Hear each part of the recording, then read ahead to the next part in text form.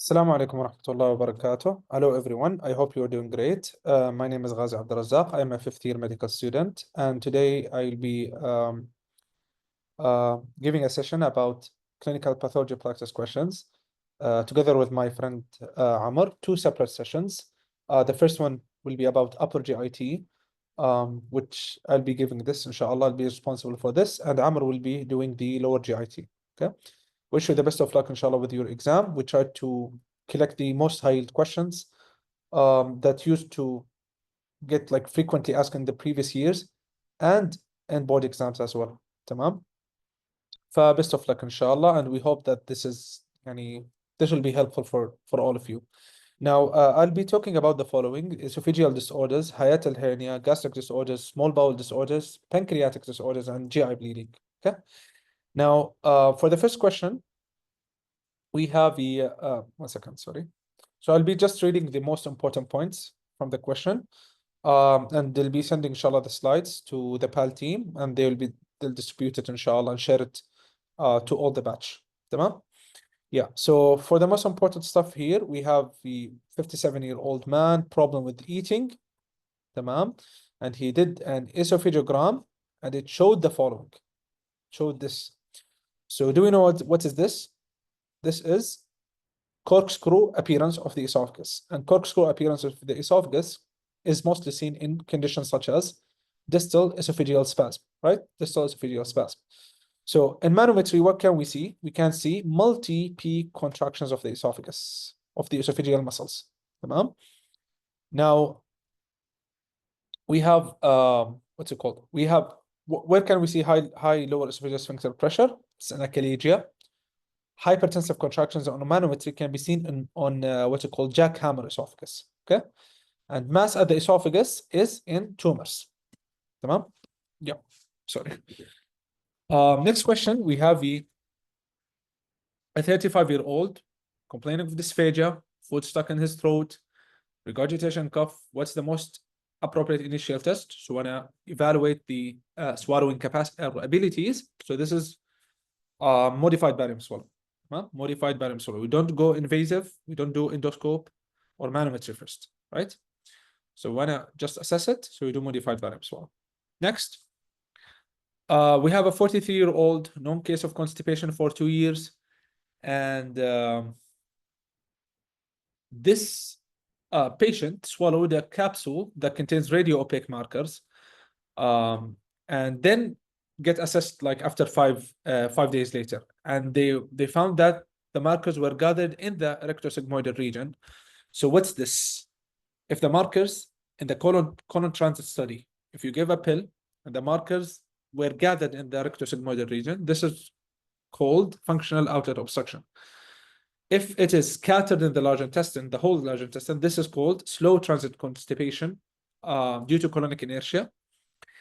And if there were no markers, this is normal colonic transit. Tamam? Right. Now, briefly touching on what manometry is. So manometry, it evaluates swallowing and the esophageal muscles. Tamam? The peristaltic capacity or ability of the esophagus to do peristalsis. Now, it's indicated in motility disorders that we'll be talking about in a bit: achalasia, distal esophageal spasm, jackhammer esophagus, and scleroderma. And it measures the peristaltic waves, the strength, and the lower esophageal relaxation, and the lower esophageal resting pressure. Tamam? Okay. Now, we usually add the impedance, the pH impedance, and pH impedance, it detects the electrical conductance of the esophagus. Tamam? Yeah, so manometry with pH impedance. Now, for esophageal manometry, this is how it looks. Whenever you see something red, light, yellow, green, this is so it means that there's a high pressure. Okay, so here's the low pressure because the lower esophageal sphincter opens for the bolus. Bolus get into the esophagus. There's the peristaltic wave, and the lower esophageal sphincter then opens for the bolus to go to the stomach. Does that make sense? And then the esophageal sphincter pressure like went back again high. So 3 common terms in in manometry, the IRP, which assesses the LES relaxation, DCI, which is for the peristaltic strength, and the distal latency, it's for the timing of contraction. Just a general terms. Okay. Now for hiatus hernia, what can we see? We can see two green lines. Why? Because we have two different pressures in the lower esophageal sphincter. We have, first of all, the lower esophageal sphincter pressure, which is up, it's shifted upward due to the hernia, and you have the crural diaphragm. That's why we can see two green lines. In achalasia, we can see the hypertense lower esophageal sphincter. And in distal esophageal spasm, we can see multi-peak contractions, tamam, of the esophagus with DCI of high DCI. But the most highest, let's say, DCI is in jackhammer esophagus. We can see a DCI of 12,000. Tamam? So very high strength of contraction. And the scleroderma, because the esophagus is fibrous, there's no contraction. Okay? There's no contraction, there's no lower esophageal sphincter. So no peristalsis. So this is this is very important because in manometry, what we can see normally this is how the waves look like. In diffuse esophageal spasm, we can see multi-peak contractions. In achalasia, we can see high lower esophageal sphincter pressure. Tamam. Scleroderma, low lower esophageal sphincter pressure, and there's low peristalsis, decrease in peristalsis. Tamam? Decrease or low peristalsis? No peristalsis. Yeah. So for the colon transit study, when you give the patient the pill, tamam, it takes a couple of and then you follow the patient over time.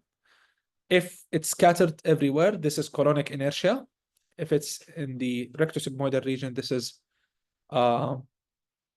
functional outlet obstruction. And if there is no markers, this is what? Normal colonic transit. Now, moving on to a different concept and different lecture, which is the dysphagia lecture. We have two types of dysphagia. Dysphagia is difficulty swallowing. We have two types of dysphagia, the oropharyngeal and the esophageal. For the oropharyngeal dysphagia, it makes sense that the reason is either neurological or muscular, because you don't sense the swallowing, right? So it makes sense that it's either neurological or muscular. So if it's neurological, could be due to stroke, Parkinson's disease, myasthenia gravis, and all those. And it's more with liquids.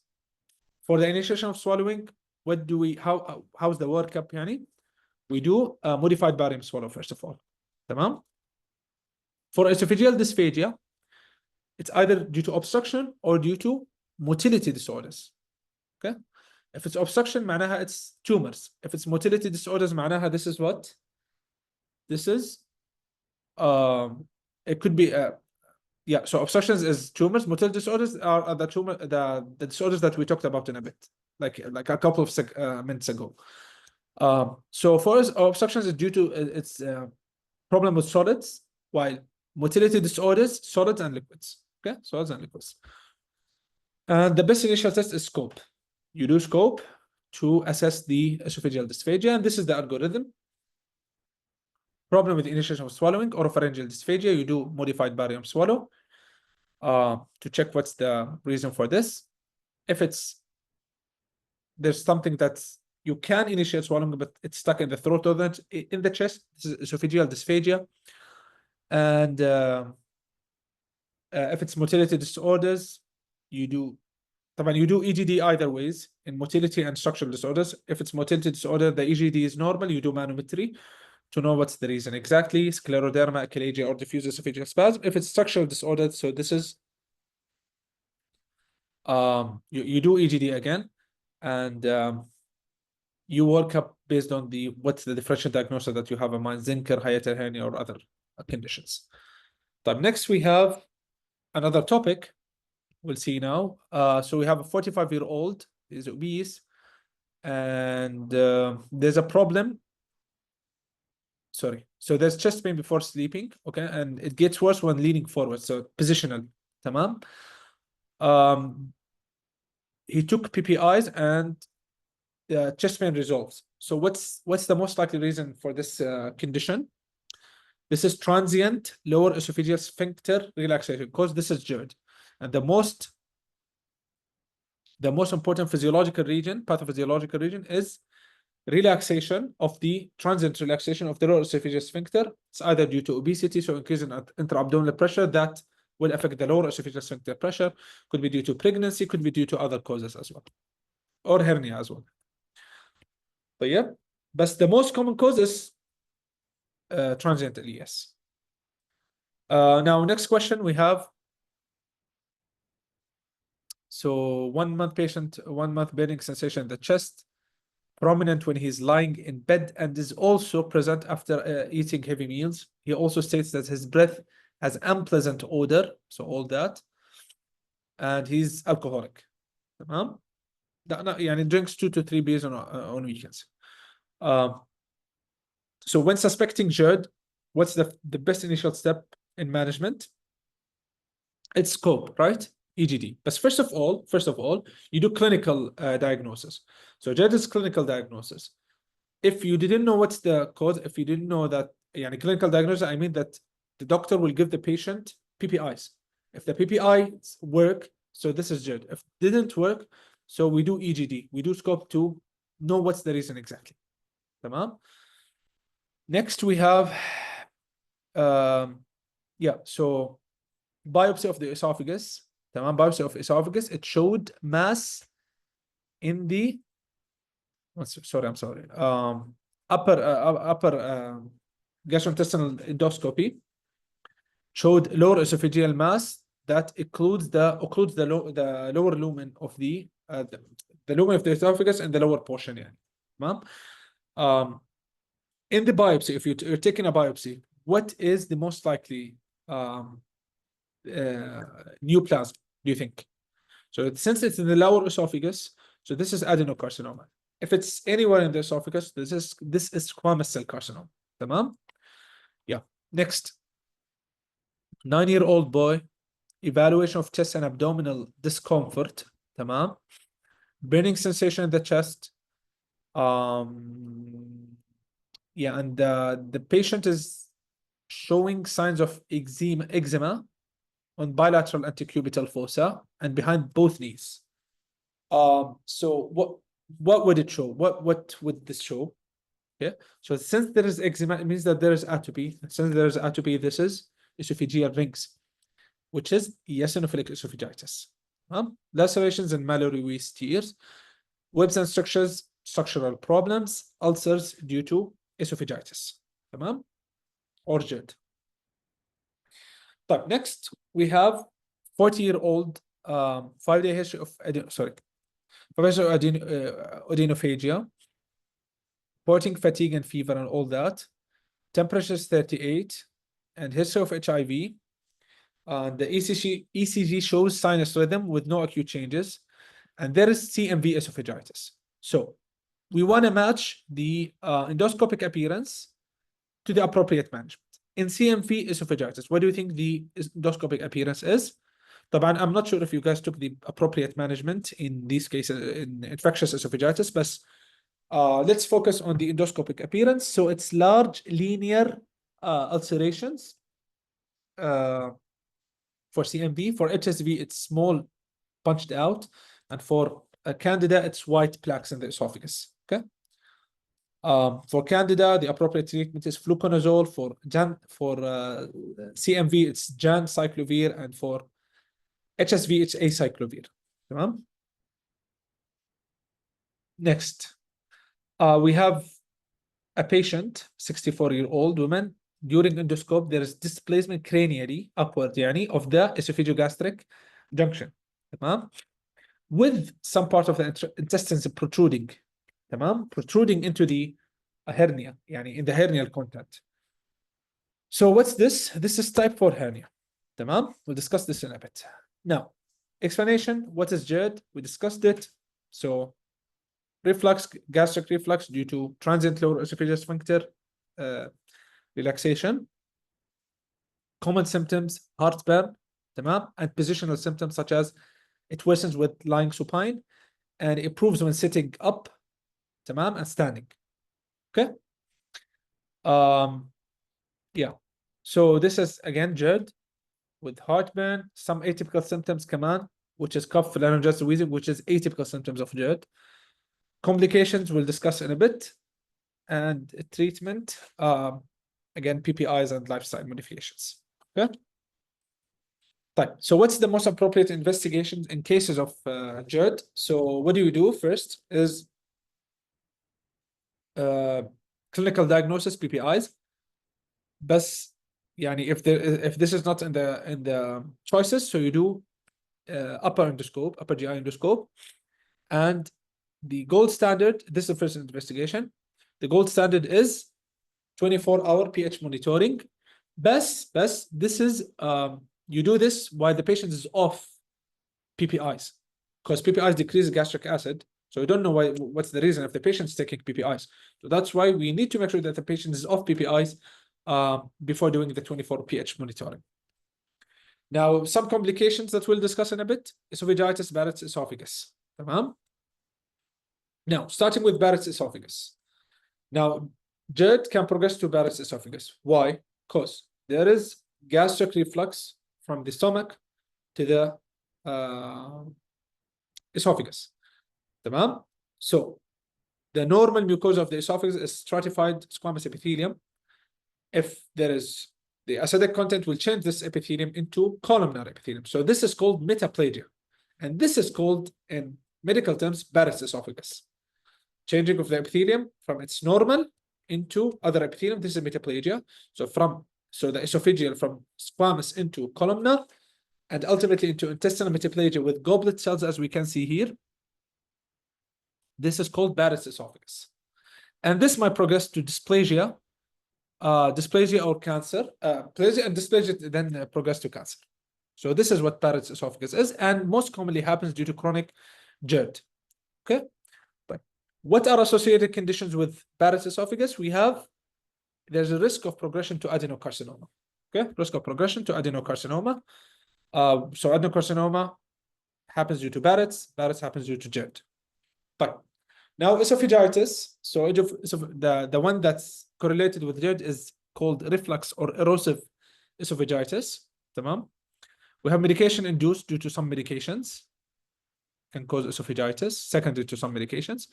Eosinophilic esophagitis, as in our condition, the scenario, I mean. So this is due to what?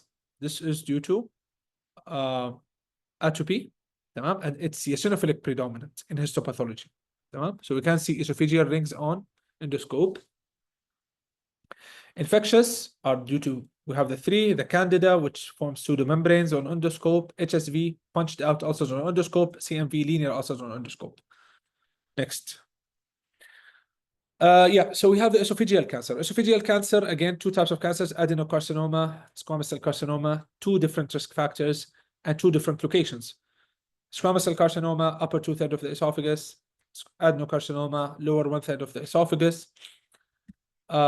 Risk factors include, for squamous carcinoma, it's the same as any squamous cell carcinoma in other locations. So tobacco, alcohol, and the esophagus could be due to salty diets such as nitrites or nitrosamine-rich diet, and achalasia. Because achalasia is caused by tobacco and all that. And adenocarcinoma, what do we have? We have Barrett's esophagus, which is the most important risk factor, and we have GERD. And we have the second most important risk factor, which is obesity. Obesity. But next, we have hiatal hernia. For hiatal hernia, we have two types: sliding and paraesophageal. So what does hernia mean? Hernia is that moving of one of the viscera into other location, and herniating and outpouching into other location. That's not its normal location. Does that make sense? So this is what's hernia. So in this case, in hiatal hernia, it happens in between the esophagus and the stomach, or the abdominal viscera that are below the diaphragm. Okay.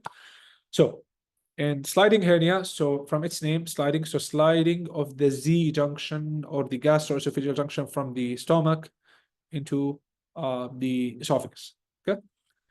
So this is sliding and happens due to membrane laxity and weakness of the membrane laxity or weakness of the membrane of the diaphragmatic membrane.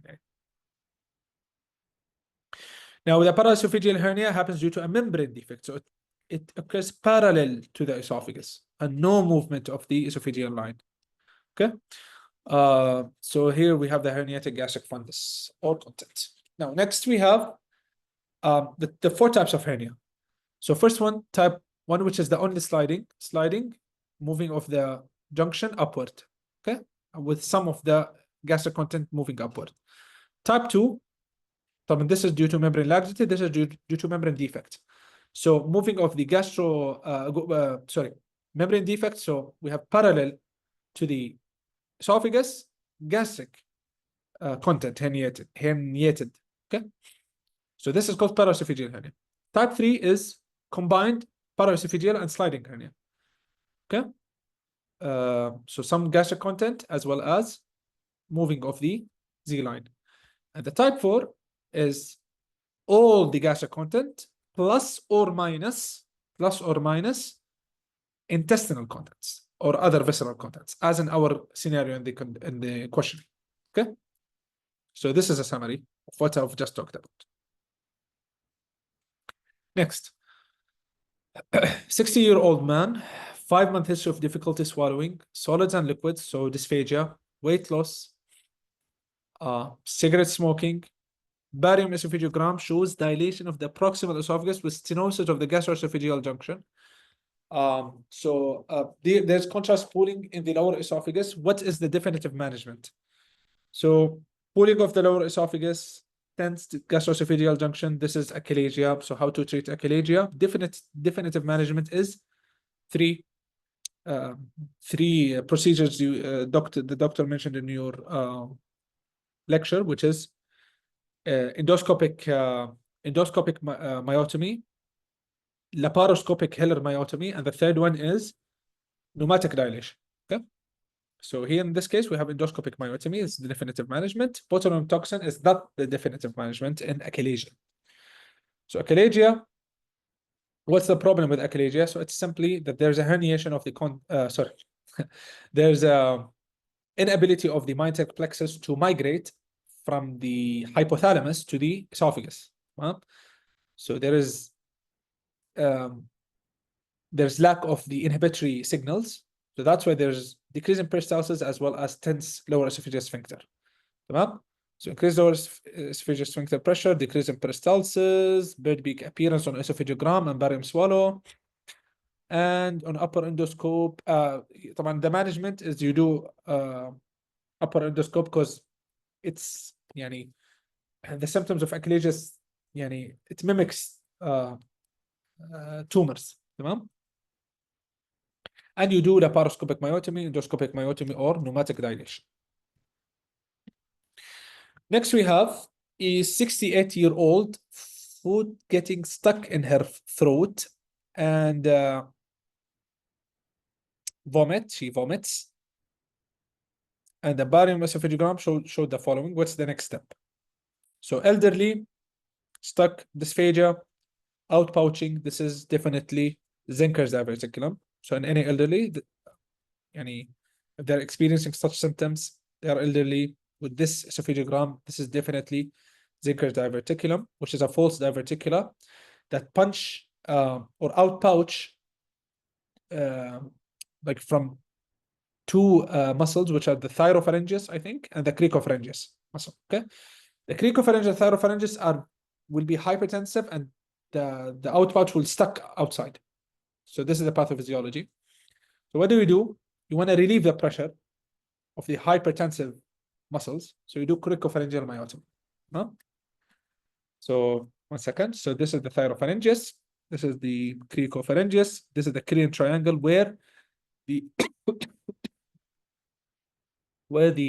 Zenker's diverticulum go out from. Okay. So we have two types of diverticula, true and false diverticula. True, all the layers of the mucosa will now the mucosa, all the layers will punch or outpouch. For the false diverticulum, we only have, what do you have? We have the For example, in Zinker diverticulum, only the mucosa and the submucosa. So only 2 layers. Okay.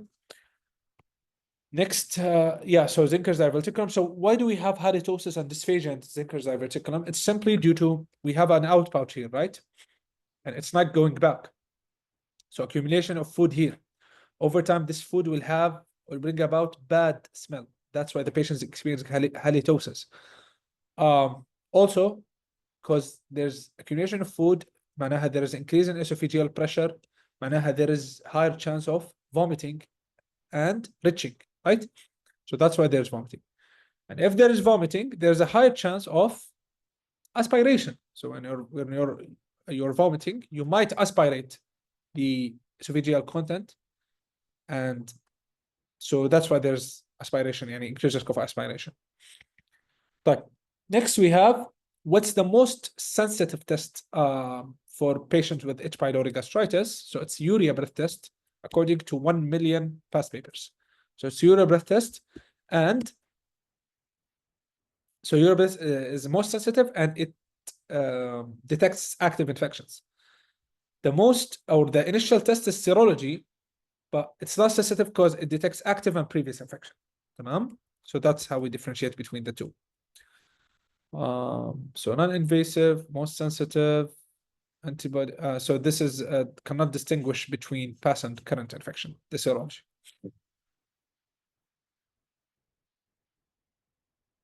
Okay. Next.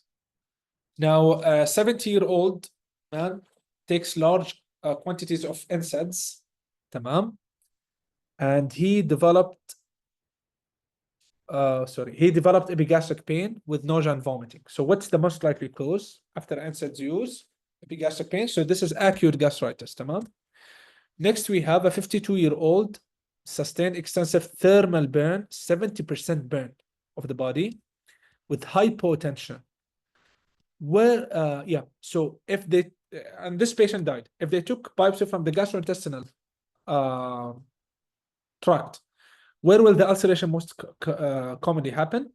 It will happen in the stomach. So this is called curling ulcer. So this is not, this is not esophagus, this is stomach. Tamam?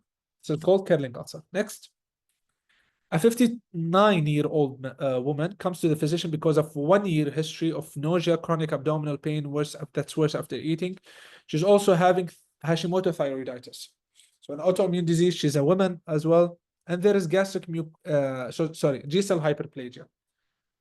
So there's G-cell hyperplasia and destruction of the upper glandular layer of the gastric mucosa. This patient is at greatest risk of developing which of the following? This is a classic case of Hashimoto, autoimmune gastritis.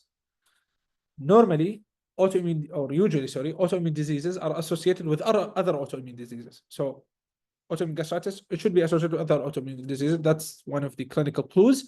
The other clue is G-cell hyperplasia. تمام? So when the patient's having G-cell hyperplasia, why does the patient's having G-cell hyperplasia? Because there is autoantibodies. We'll discuss it in a bit. I'll explain it in the upcoming slides. So the patient has the greatest risk of developing gastric adenocarcinoma. Autoimmune gastritis has a high chance of developing into gastric adenocarcinoma. Next question is, so 59 patient taking omeprazole for 2 months, upper endoscope, 3 circumscribed, gastric body 1 to 2, and there were irregular glands that are cystically dilated and lined by flattened and parietal and chief cells. No inflammation, H. pylori, metaplasia, or dysplasia. What is the most likely diagnosis of this condition? This is fundic gland polyps. Okay. Next. 62-year-old came to the emergency, sudden severe epigastric pain that began 3 hours ago. Describes the pain as sharp and radiates to his right shoulder. So there is, in the X-ray, it showed free air under the diaphragm. So what's this? It's most likely duodenal perforation, right? Because there's pneumoperitoneum here.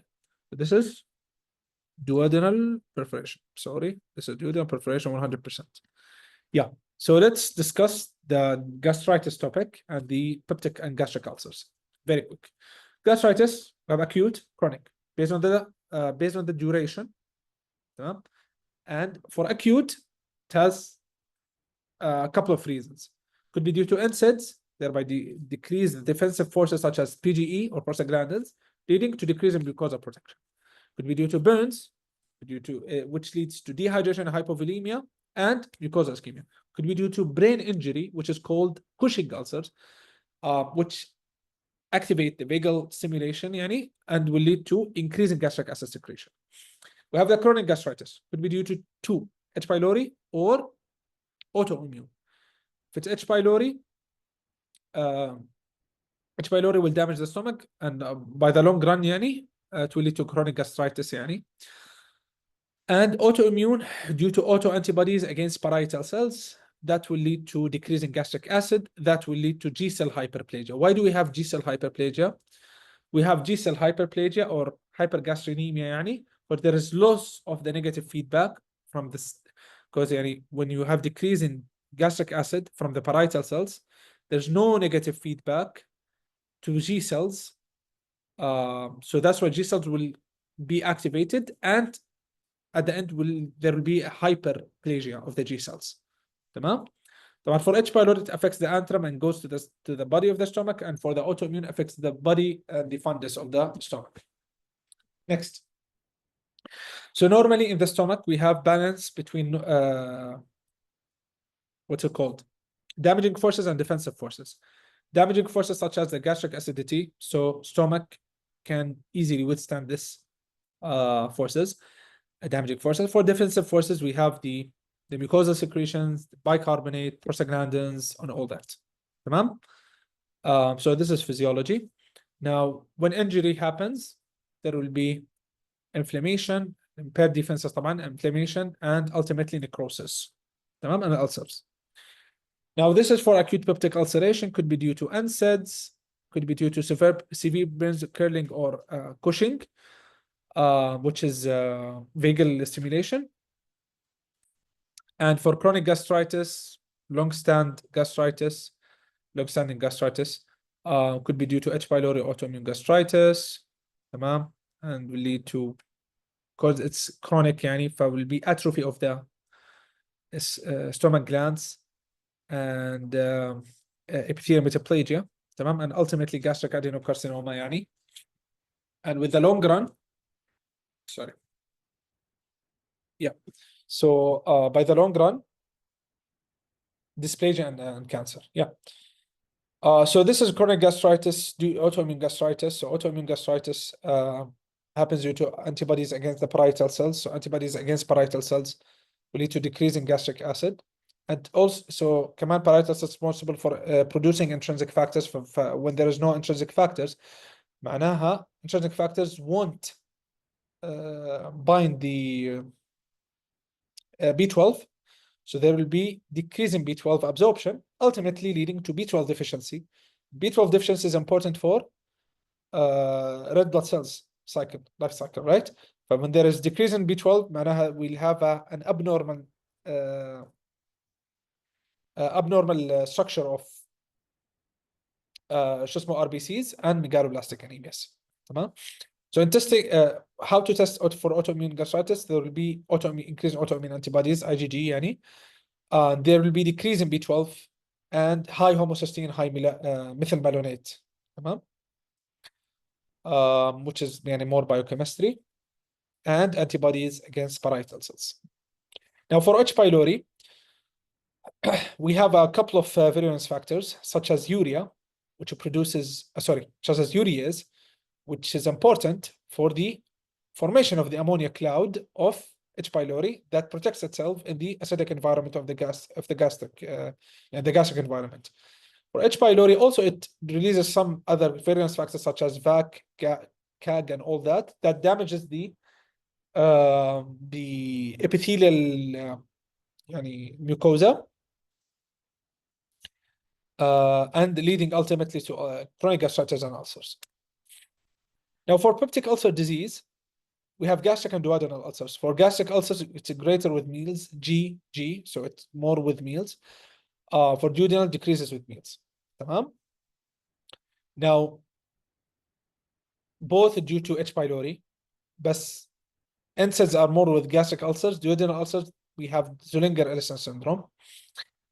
And we used to biopsy gastric ulcer to check for adenocarcinoma, but duodenal cancers are rare, so that's why we don't routinely biopsy this biopsy duodenum. Yani. Now, for the complications, we have hemorrhage and perforation commonly. For hemorrhage, could be gastric or duodenal. If it's gastric, it mostly affects the left gastric artery, the lesser curvature of the stomach. If it's duodenal, it happens posteriorly, affecting the gastroduodenal artery, leading to bleeding. Hemorrhage, bleeding. Okay. Now, it could be also obstruction, so gastric outlet obstruction that happens due to cancer, yani. So an outgrow, grow of the mucosa will obstruct the outlet of the stomach, leading to gastric outlet obstruction. And we have perforation. Now, perforation happens why? Often it happens where? It happens mostly in the anterior part of the duodenum. That's why the anterior part of the duodenum, it's in close proximity to the diaphragm. That's why we have pneumoperitoneum when there's perforation or rupture of the duodenum. And such as in our case, we have the patient had pneumoperitoneum. Tamam? And why do we have left shoulder pain in this case? Because the diaphragm is innervated by phrenic nerve, and the phrenic nerve has a referred pain to the left shoulder. C3, C4, C5. Okay. No need to know this stuff, but it's just for your information. Yani. So we have pneumoperitoneum in the anterior part of the diaphragm. Next. 60-year-old woman comes to the clinic, routine follow-up. She has a history of gastroesophageal reflux disease. And she has been taking omeprazole daily for the past 3 years. Yeah, so long-standing,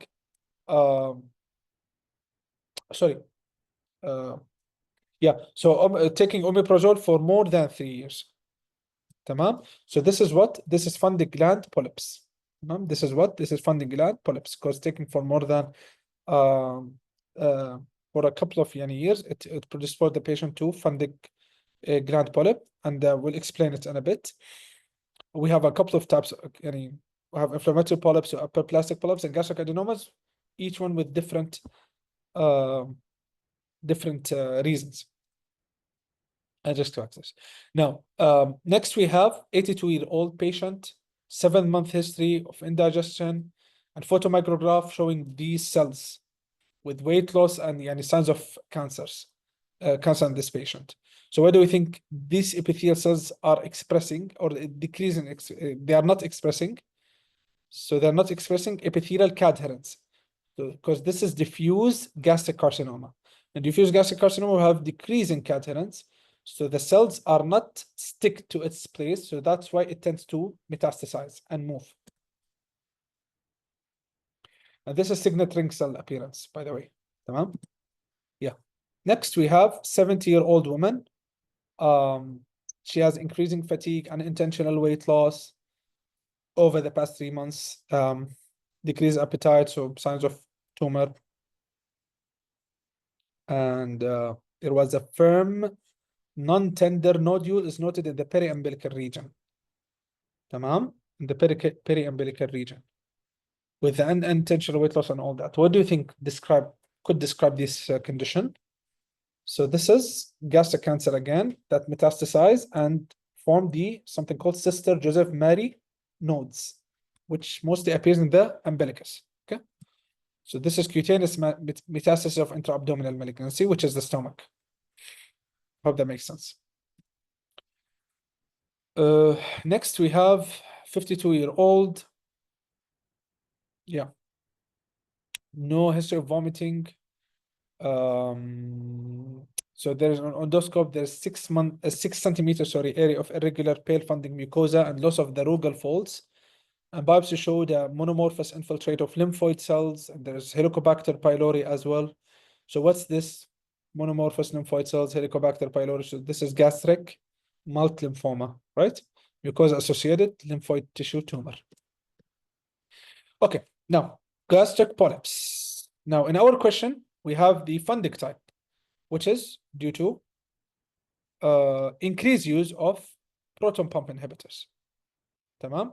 That will decrease acidity and glandular hyperplasia. Okay? And it's associated, this fundic type of polyps, associated with familial adenomatosis polyposis. But for gastric cancer, so it happens, we have a couple of types of gastric cancers: adenocarcinoma, carcinoid, GIST, and other tumors, lymphomas as well. And gastric cancer happens. What are the symptoms of gastric cancer? It's the usual symptoms of any cancer. But what are the types of gastric cancer? We have intestinal and diffuse. For intestinal, it's the one that's associated with H. pylori, tamam, and nitrosamine-rich diet, tobacco smoking, echlorhydria, and all that. For the diffuse type, tamam, it's not associated with H. pylori, okay? And it's due to ECAD mutation. And it's associated with something called Linitis plastica, which is a leathery stomach. Tamam? This is in the most severe phase of or stage of diffuse gastric adenocarcinoma. And it's associated with ECAD mutation. Now, what are the complications and metastases that happen in gastric cancer? Now, in gastric cancer, but just one thing for you guys to keep in mind, that it's usually present late in the course, because it's asymptomatic. In early stages, it's asymptomatic, but lately it's the patient will present with symptoms. That's why lately it has a poor prognosis, right? So the complications of gastric cancer are Virchow's node, Kreckenberg, Mary Joseph nodule, and Lummer shelf. We'll discuss it in a bit. Now, this is from your clinical lecture. Additional informations are that for diffuse, it's spreads through the lymphatic pathway. For the for the intestinal, it spreads through the hematogenous pathway. Tamam? And this is associated with the Linitis plastica, which is a condition that's diffuse infiltrative process, the diffuse intestinal gastric carcinoma. That is that appears the stomach, in this case, as leathery in appearance, with intense rugal folds. Tamam? And we can see again the signet ring cell appearance. Now, for the different types of polyps, this is a schedule that summarizes it. Here's the most common, the inflammatory. The fundic is the second most, and the gastric, the most that can progress to carcinoma and other stuff that I won't read. This is just a summary, Okay, next. So again, the diffuse and the intestinal here, I'll just highlight the cancer, the genes, So we have in diffuse the cadherin, the CDH1 gene, tamam. In intestinal, associated with familial adenomatosis polyposis, it's associated with BAX and IGFR2 and P53 mutations and H. pylori as well, as we mentioned. Okay, so here's a question that we got in our exam that it tells us to focus on the minor stuff. Some details that we didn't, for me personally, that I didn't think that I'll get asked about these, but this is a question that we got in our exam, where the Dr. Oban asked about the strongest risk factor to developing gastric carcinoma. So most of our batch, we assume that it's vitamin B12 deficiency. Why did we say this? Because one of the risk factors in gastric carcinoma is pernicious anemia, and it's 15 times higher than any other risk factors. So that's why we thought that it's vitamin B12 deficiency. Okay. So these are the risk factors of gastric carcinoma that you need to keep in mind. And these are the complications. Okay, the Virchow's node and all that, these are the Virchow's nodes, the supraclavicular nodes, sister Mary Joseph nodes, the umbilical region, and the Kreckenberg, which is bilateral ovarian mass. Okay. Yeah. Next, we have a 66-year-old man presents to the emergency department with postprandial abdominal pain and vomiting. He underwent partial gastrectomy with a Billroth tooth reconstruction 6 months ago. And he vomits, but the vomit is non-bilious. Okay. Physical exam, there's right upper quadrant tenderness and dilated loops of bowel proximal to the gastrojejunostomy.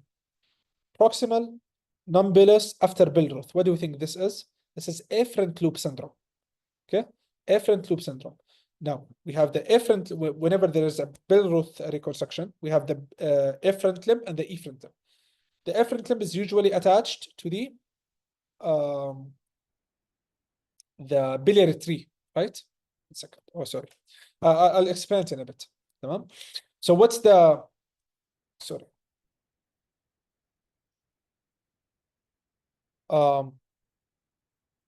This should be B. Okay, this should be B, by the way. I don't know what's happened because I think I exported this from Google Slides to PowerPoint, so that's why it misses out the outline of the slides. So this is obstruction of the efferent limb. Okay. Next, we have a 52-year-old presents with lightheadedness, palpitations, and abdominal cramps shortly after eating. Recently underwent a Billroth 2 again, and then like 30 minutes after meals, he developed episodes of diaphoresis, dizziness, and diarrhea. Tamam? So what do you think this is? This is early dumping syndrome. In early dumping syndrome, there's a hyperosmolar chyme that enters the small intestine. This is the reason. Okay, so in dumping syndrome, after or post gastrectomy, when you the body after gastrectomy is not did not get to the new environment, tamam, because there is no stomach and all that. So that's when there is a chyme, okay, or a bite or a meal. If it's hyperosmolar, so what's gonna happen? The hyperosmolar will shift everything from the blood where to the intestines. So that's why the patient will have diarrhea and hypotension and dehydration. Tamam? Okay, so this is dumping syndrome. So emptying of hyperosmolar load into the small intestine. Tamam? So early dumping syndrome happens 30 minutes as in our case. So hyperosmolar, and this will lead to rapid shift of extracellular fluid into the bowel lumen. And late dumping syndrome 1 to 4 hours later, there will be some insulin release, but there will be hypoglycemia. So what do we do in this case? We give carbohydrate ingestion to relieve the hypoglycemia, because the insulin starts to sense that there is hyperosmolarity, so and there is hyperglycemia. So I need to decrease the glucose levels of the body. Does that make sense? So for efferent and efferent loop, again, so this is the efferent loop, it's attached to the biliary tree, and this is the efferent loop attached to the stamp in here. So in the efferent loop, usually there is no bilious vomiting in the acute phases, most commonly in the chronic phases. The efferent loop, the food is more, let's say, mature, and the chyme gets to go to the efferent, and more mature, it has bile and all that, so that's why there is bilious vomiting in the efferent loop syndrome. Okay, so abdominal pain, bilious vomiting, non-bilious, and in acute and chronic bilious vomiting in the chronic phases. Okay, 1 second.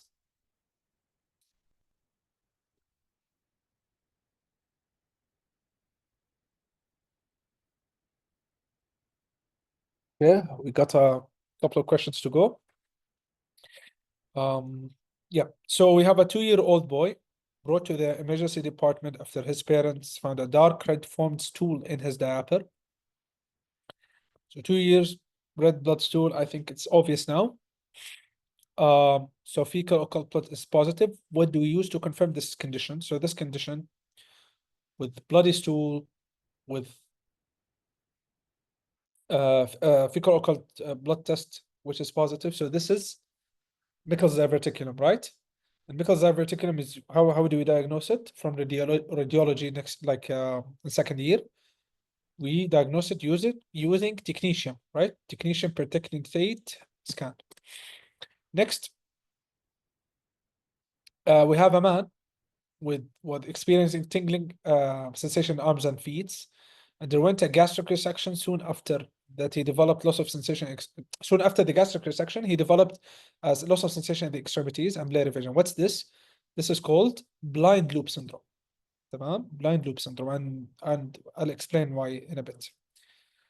Now, what's a blind loop syndrome? Blind loop syndrome is any condition that will make like post gastrectomy. طبعا post gastrectomy that will make the environment suitable for the bacteria to grow. تمام? Other words or other names for blind loop syndrome is small intestinal bacterial overgrowth. تمام? So this is what blind loop syndrome is. So when there is bacterial overgrowth, this will disrupt the normal physiology of the organ, abdominal organ. Let's say the stomach ولا غيره. Okay? Yeah, the remaining part of the stomach or the other parts. تمام? So this will lead to echlorhydria. تمام? Or decrease in acid reflux, يعني acid production. تمام? And echlorhydria will lead to other stuff that we mentioned. Also, when there's bacteria, it will compete with our body, يعني our cells, it will compete on the macronutrients and the macronutrients. So that's why the patient with blind loop syndrome will have dehydration and macronutrients and micronutrients deficiency. It will also, rather than competing, it will also deconjugate some of the bile salts, leading to impaired fat absorption. So fat malabsorption. تمام? So compete for nutrients, especially vitamin B12 in this case. So that's why the patient is having loss of sensation in the extremities, right? So this is B12 signs. So this is a blind loop syndrome. Okay. Next, 26-year-old woman, anorexia nervosa, which is an eating disorder.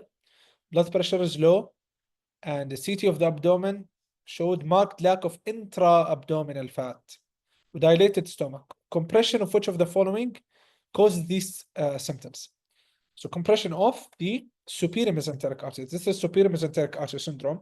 When the patient is anorexic, تمام, معناها there's decrease in fat in the body, right? And yeah, I can explain here. طبعا this is the aorta, and this is the branch of the aorta, which is superior mesenteric artery. And here we have the fourth part of the duodenum. So when there is decrease in fat, the fourth part of the duodenum will get stuck between the abdominal aorta and the fourth part of the superior mesenteric artery, which will lead to obstruction and signs of small bowel obstruction. Okay, as in this case. Again, here's this another illustration.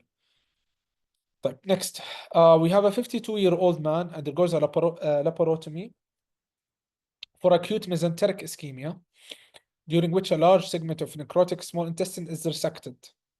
تمام? So small intestine, there's a segment is resected. Now, this patient is found to have a 150 centimeter of remaining small bowel. So which of the following explains this patient's symptoms? So since there is 150 centimeters, the intestine is not able to, the small intestine is not able to perform its function. So this is, so this is B. Sorry, this is B. Remaining small bowel length is below the functional threshold. This is the reason. تمام? So below the threshold. The threshold, according to your lecture, is 200 centimeters and above. Okay? معناها, when there is resection of the small intestine, so you'll have the signs and symptoms of, especially when you resect the terminal ileum, you have the signs or symptoms of malabsorption. So decrease in, so electrolyte imbalance, decrease in malabsorption, macronutrients imbalances, and all that. يعني. Okay? Now, what will our body do in this case? So we'll have an adaptation, and the adaptation, it'll have an increase in the intestinal diameter, and the increase in the villi. So increase in villi and intestinal diameter, and deepening of the crypts. This is just the adaptation to this case. But next, 60-year-old man increasing fatigue for the past 8 months, and he appears pale. Physical exam abdomen shows active bowel sounds with no masses or areas of tenderness. Upper endoscopy revealed dilated, tortuous submucosal vessel, the gastric antrum. What's this? Tortuous submucosal vessel. This is classically describing angiodysplasia. تمام. Now, let's just explain the difference between upper and lower GI bleed. So for upper GI bleed, we have coffee ground emesis, تمام, or hematemesis, تمام, which is dark emesis, and melena, and شو اسمه, more than hematochezia, تمام. Melena is dark blood that's coming out stool, so dark stool, dark red blood stool, تمام. While in lower GI we have hematochezia, which is bright blood. So let's how can we like memorize this?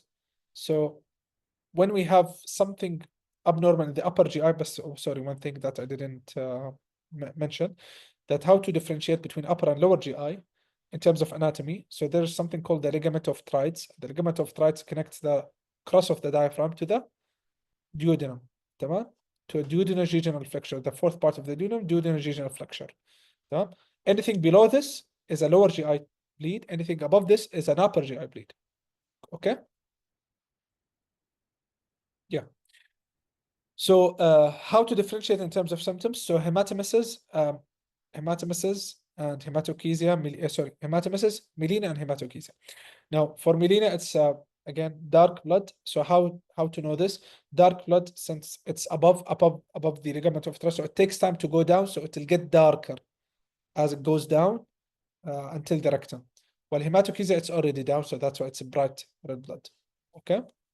Most common symptoms in upper GI, or etiologies: PUD, peptic ulcer disease, Mallory-Weiss tear, varices, and all that.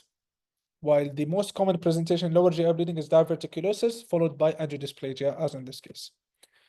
So angiodysplasia, flat, dilated, thin walls, and well circumscribed. But next we have a 30-year-old man, sudden onset of hematemesis after a weekend in which he consumed large amounts of alcohol. Bleeding stops, similar. Okay, so in scope, we found that there is longitudinal tears at the esophagogastric junction. So linear longitudinal lacerations. This is what? This is Mallory-Weiss tear, right? So what's the cause? This is vomit. Okay, vomiting or retching. In alcoholics, classical presentation of Mallory-Weiss tear. So Mallory-Weiss syndrome, partial thickness, longitudinal lacerations of the gastroesophageal junction. It's associated with alcoholic patients and bulimia nervosa patients. Okay. So how to differentiate between Mallory-Weiss and Boerhaave syndrome? So Mallory-Weiss, less risk of perforation, more risk of hemorrhage. Boerhaave syndrome, high risk of perforation. Cause it's transmurally. Boerhaave is transmurally, so all the the layers of the mucosa or the stomach, and here it's only mucosal tear. This is hematemesis. So since here Boerhaave, it's more of, since there is perforation, so there is crepitus and respiratory symptoms. Yeah.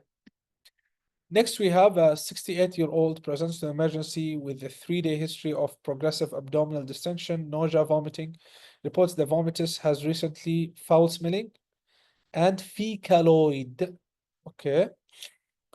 Yeah. So so what's the most appropriate initial diagnostic test in this case? Initial is plain abdominal X-ray. Plain abdominal X-ray, upright and supine. This patient's having fecaloid and signs of obstruction. So this is probably large bowel obstruction because of the fecaloid, or distal bowel obstruction, any large bowel obstruction, because of the fecaloid emesis. Next, we have a 29-year-old, persistent vomit, abdominal pain for the last 24 hours, crampy diffuse, getting worse. He had a normal, no diarrhea, emesis green, okay. and there's tympani of the what's it called, the upper percussion. So what's this? What's the reason of this? The most common reason of this is that the patient's having appendectomy 6 months ago. So adhesion. This is the most common reason of small bowel obstruction, as in this patient. Tamam? I'll quickly summarize some of the concepts in the bowel obstruction lecture. So bowel obstruction is classified either into mechanical, non-mechanical. Mechanical is something that is affecting the mucosa and it's obstructing it. تمام. Functional, it's not. It's غالبا due to weakness, absent peristalsis, or weakness of the muscles. So non-mechanical could be due to diabetes, metal gastroparesis. That causes gastroparesis could be due to ileus or could be due to Oglev syndrome. Now, for mechanical obstruction, could be intraluminal, intramural, extraluminal. Intraluminal inside the lumen, due to these reasons. Intramural, which is going out of the murally, and going out of the intestinal mucosa. This is either tumors or structures. Could be extraluminal, such as in adhesions, hernia, or valvulus, affecting or pushing the intestine mucosa, leading to obstruction. Now, small bowel and large bowel obstruction. This is a very long table, but I'll try to summarize it. So the things that you guys need to know, that there's copious emesis here, and here we have fecaloid, most probably, tamam, which is mentioned on your lecture. Yeah, so there's also in both there's abdominal distension, there's tympani and tenderness, تمام, and all the exam تقريبا نفس الشيء, تمام. But they differ in terms of some etiologies. So here it's due to adhesions. Adhesions most commonly in small bowel obstruction. Here most commonly due to cancer, diverticulitis as well as valvulus, and there's some fecal impaction as well. Yeah, and I'll just explain the what's it called, the pathophysiology of the bowel obstruction. So regarding the pathophysiology, first of all, there's obstruction, right? So proximal to this, there will be distension, and this distension, it will disrupt the blood vessel, leading to abnormal blood flow to the distended area. Tamam? And then since there is increase in the intra-abdominal pressure, or the in the pressure in this proximal region, this will lead to edema. Tamam? Edema, because the hydrostatic pressure will be increased, so will be edema and transudation and third spacing. And with more distension, there will be further decrease in blood supply, ultimately leading to necrosis and perforation. And this perforation will lead to translocation of this of the bacteria to the mesenteric, to the surrounding structures and to the blood, leading to sepsis ultimately. Okay. But now we have a 24-year-old woman that's pregnant. Tamam. The baby showed signs of polyhydramnios, and the vomit looks green. And here is the esophagogram, another esophagogram, the X-ray. So what can we see in this case? Vomit looks green. Most commonly, this is annular pancreas. That happens due to the ventral bud and the dorsal bud.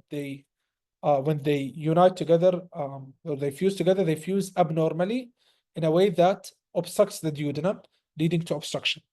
Tamam? And vomiting. And there's a concept that I want you guys to keep in mind, that whenever the vomit is green, it means that this is below the biliary tree. Whenever that the vomit is not green, it's normal. So this is up or above the biliary tree. Does that make sense? So that's an annular pancreas. It's below the biliary tree. That's why it's a green vomit. Same in small bowel obstruction. Same in large bowel obstruction. Now, so here we have a patient presented with lab results, the following, with very high amylase, very high lipase, and triglyceride. sorry, amylase and lipase. So which of the following is the criteria to diagnose this condition? So the criteria here is, this is the criteria. Sorry, it's not this. This is wrong. This is wrong. This is the ultrasound that shows abnormality in the pancreas. I'll discuss it why. So in acute pancreatitis, you guys know the risk factors, the common risk factor, I get smashed. Okay. Now, how to diagnose acute pancreatitis? So it requires two of the following three. Tamam? Acute epigastric pains that radiates to the back. So the ear does not radiate. So this is not a criteria. Increase in amylase or lipase more than 3 times the upper limit. 2 times. So this is not a criteria. And abnormalities on imaging that's consistent with pancreatitis. So this is one of the criteria. This is one of the criteria. So we need to have 2 criteria in order to diagnose acute pancreatitis. The ALT Kamal level should be, yani, these are some other findings that can help with the diagnosis. And some severe manifestations, مثل fever, tachypnea, and hypoxemia and hypotension. Now, in acute pancreatitis, some signs to consider, which is the colon sign, first of all, which is ecchymosis around the umbilical area, and the great tunnel sign, which is bruises around the flank area. Tamam? Now, for chronic pancreatitis, so it's a long-standing pancreatitis, can happen due to either recurrent pancreatitis, acute pancreatitis, or due to a cystic fibrosis, or due to alcohol. Tamam?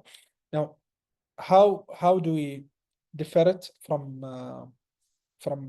acute pancreatitis? That in lab, the amylase and lipase are normal. So think of it as the pancreatic enzymes run out. Okay, so they are not high anymore. So that's why it's normal in this case. Tamam? And in CT, it shows calcifications and dilated ducts. Now here, I think this is the last question. Yeah. So here we have a 66-year-old man, presents 2-month history of progressive jaundice and intentional weight loss, and abdominal pain that radiates to the back with weight loss and all that. Tamam? So with abdominal pain radiating to the back, plus jaundice and palpable gallbladder on the right upper quadrant. Elevated alkaline phosphatase, which is the cholestatic picture. Yani. So which of the following is the likely diagnosis? This is pancreatic head carcinoma. Tamam? Pancreatic head cancer. So in pancreatic cancer, what do we see? So first of all, the risk factors, the smoking and all those risk factors. In clinical presentation, we have something called the Corvus. I don't know how to spell it, honestly. 1 second. The sign is called, yeah, Corvus Wa, I think, something like that. Sign, tamam, which is عبارة عن 3 things: painless jaundice, palpable gallbladder but non-tender, or weight loss. So these are the 3 symptoms of this sign. Tamam? And this is mostly in pancreatic adenocarcinoma or cholangiocarcinoma. Okay, so that's why in this case the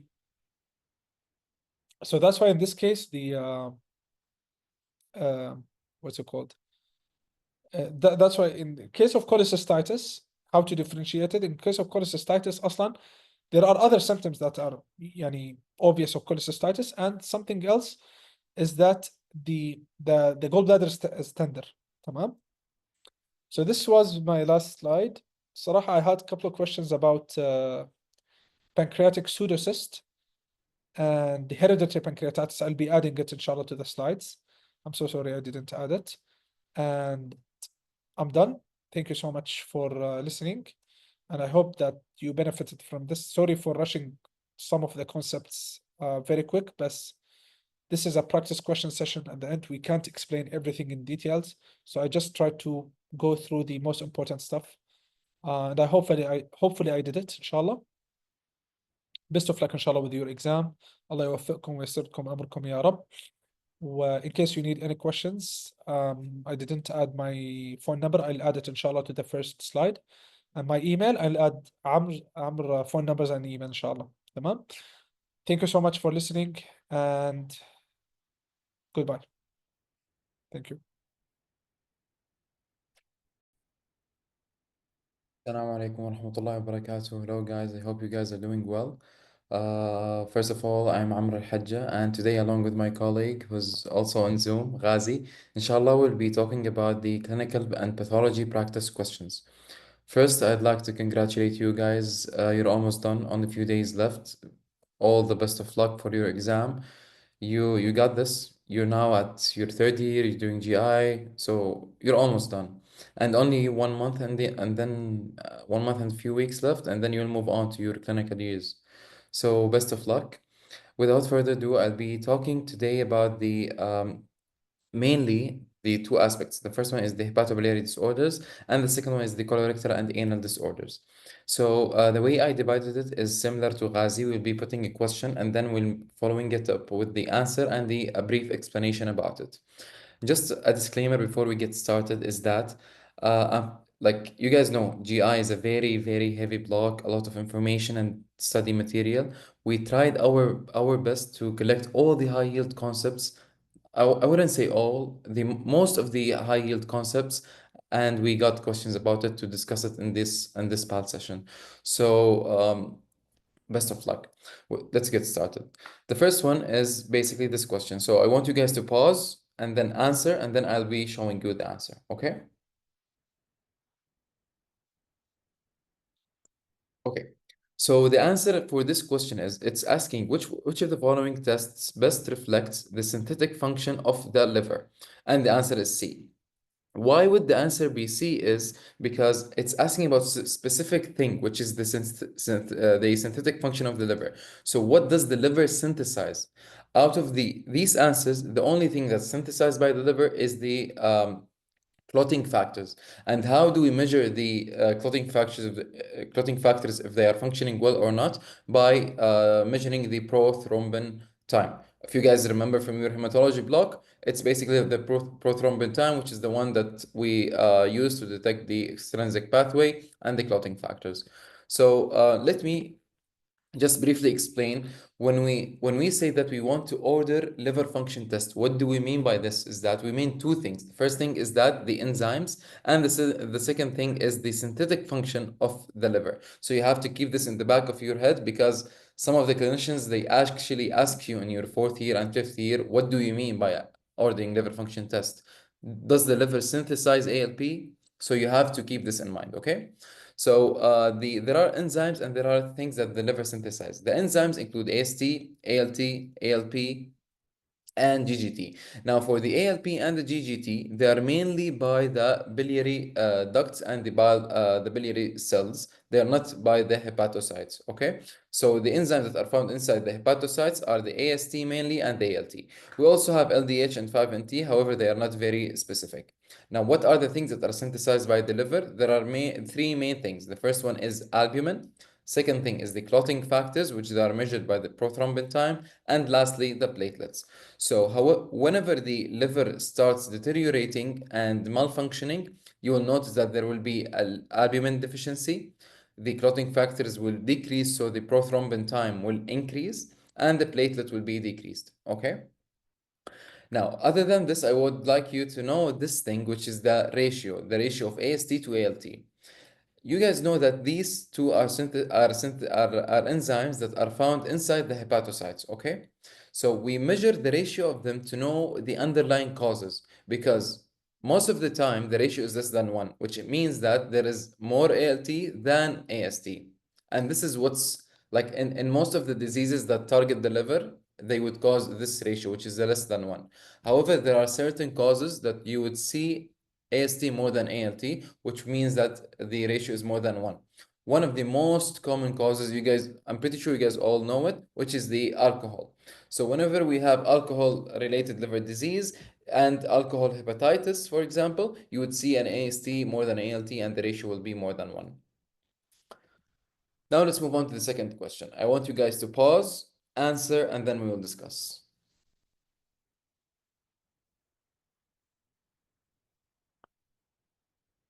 So here we have a question that's asking about what's the most likely pattern of liver injury. So you guys know that there are three main patterns of injury, okay? So it's A, B, and C.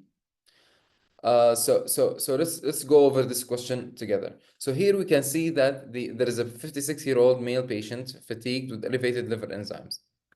We have elevated ALT, elevated AST, normal ALP, normal bilirubin, and the R factor is more than 5. So let's let's talk about it now. So now we have the question is asking about the pattern of liver injury. How do we know this? It's basically from the R factor. What's the R factor? It's basically R factor is an equation. I'm not sure if you guys have to memorize the equation or not. However, I'll be explaining it quickly. It's an equation of the ALT level over the ALP levels. ALT over upper limit of normal ALT. This is ALT of the patient, by the way. This all is over alkaline phosphatase of the patient over the upper limit of normal alkaline phosphatase. So this is basically the ratio. Now, the R value, if it's more than 5, it indicates a hepatocellular injury. If it's less than 2, it indicates what's called a cholestatic pattern of injury, because we have two types of patterns of injury. Now, let's imagine that this is the liver. Inside the liver, there are the hepatocytes. However, inside the liver, we also have the biliary ducts. So the biliary ducts, they are lined by the biliary cells. Now, whenever there is a damage to the biliary ducts and the biliary cells, this would result in cholestatic type of injury, which is R value less than 2. If there is a damage to the hepatocytes, it would cause a hepatocellular pattern of injury, which is more than 5. Okay? If it's between 2 and 5, it means that it's mixed, hepatocellular and cholestatic. Now, for the sake of our question, the R value or R factor was more than 5. The ALT was high, normal ALP and normal bilirubin. This clearly indicates that the pattern of injury is hepatocellular. Okay? Now, let's move on to the third question. Pause.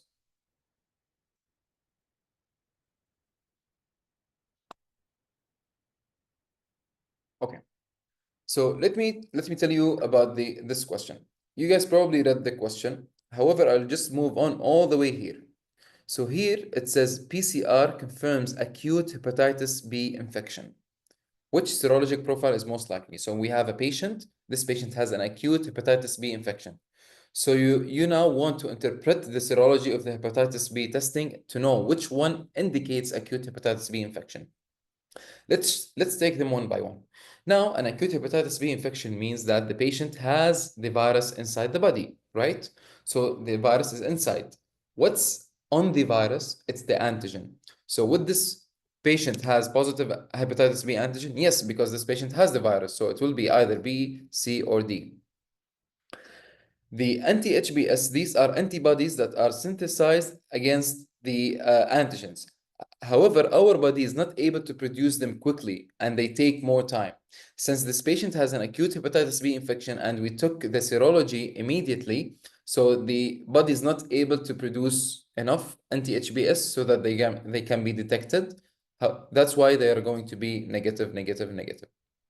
Now, we said that the antigen is positive and the virus is inside the body, which is why the HBe antigen as well will be positive. So now we're left with B or C. Is there an antibody developed against the antigen? Not yet. Now we'll move on to the core antibodies. Core antibodies are what we call the immunoglobulin M and G. We have two types. We have IgM and IgG. Okay? Do you guys, which one is for acute, which one is for chronic infection? IgM for acute, IgG for chronic. It indicates it's a chronic infection or recovery. So since this patient has an acute hepatitis B infection and the virus is still inside the body and our body is trying to attack it, so it will produce IgM type of immunoglobulins, which is going to be positive, and hence the answer is going to be B in this situation. Okay? I'll be explaining more about it in the upcoming slides. Now let's move on to talk about this question. Pause, and then we will answer it together.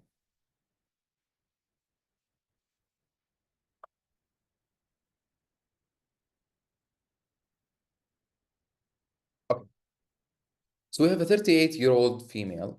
She had a needle stick injury, and the patient operated on is not known to have any infections.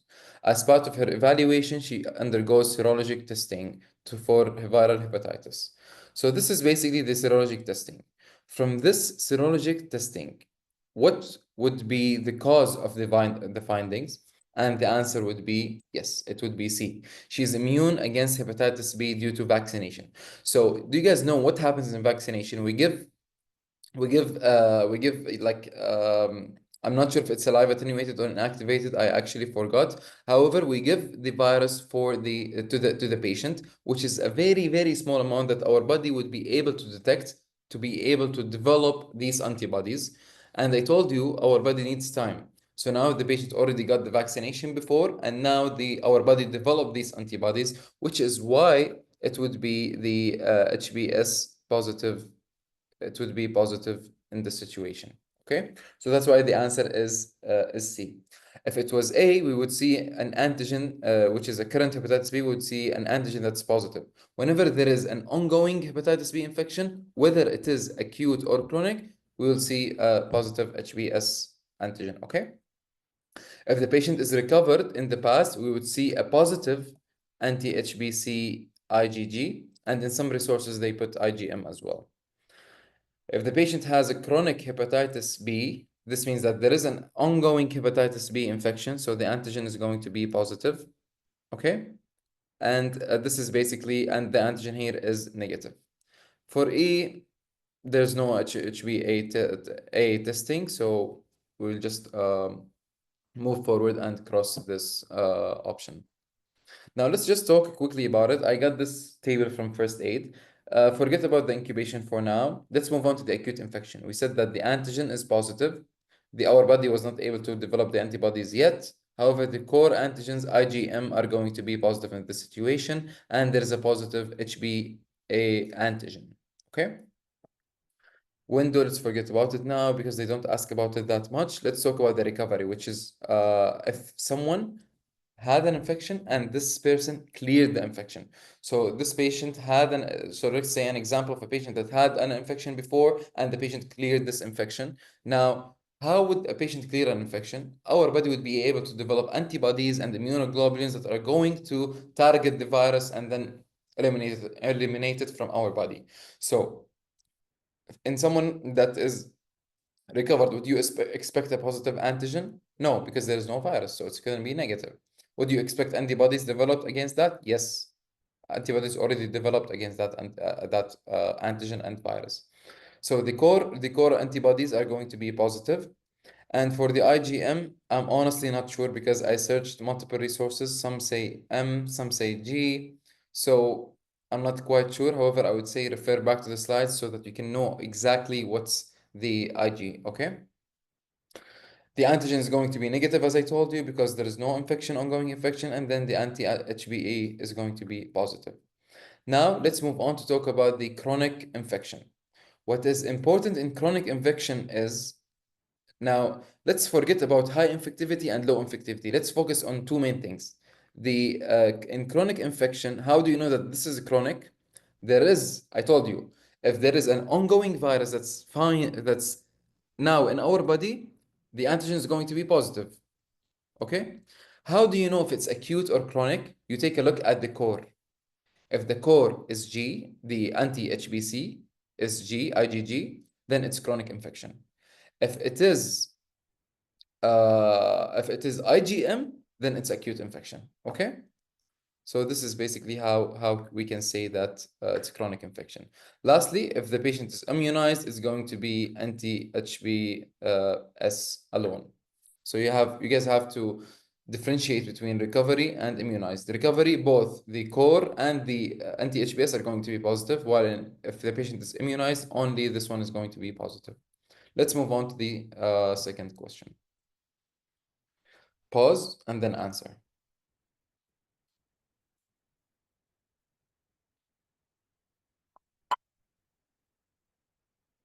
Okay. So in this question, basically, I'll move on to the last few parts. Here it says that this patient has an hepatitis C virus positive. And the question is basically asking what's the most likely long-term outcome in patients who are acutely infected with hepatitis C virus. So it's asking what basically is the prognosis of someone who gets infected with hepatitis C infection. Okay. So if you guys remember, there was I would say a figure or a diagram in your pathology slides as well as your clinical slides saying what's the prognosis of hepatitis C virus. And it's something that's very important. So the prognosis of all hepatitis C virus is that they are going to basically remain in chronic infection that is going to be asymptomatic for years. That's the majority of the percentage of the patient who get infected with hepatitis C, they would have a chronic infection. However, it's going to be asymptomatic. So the answer here is going to be D. Would there be A, rapid progression to cirrhosis? No. Spontaneous viral clearance? No. With long-term immunity? No. Why is this the case? Because if you guys remember, and I'll show it to you in the next slide, hepatitis C virus lacks something, which is the proofreading enzyme. All the other viruses, I would say they would, or most of them, they would have the proofreading enzyme. Okay? The C won't have it.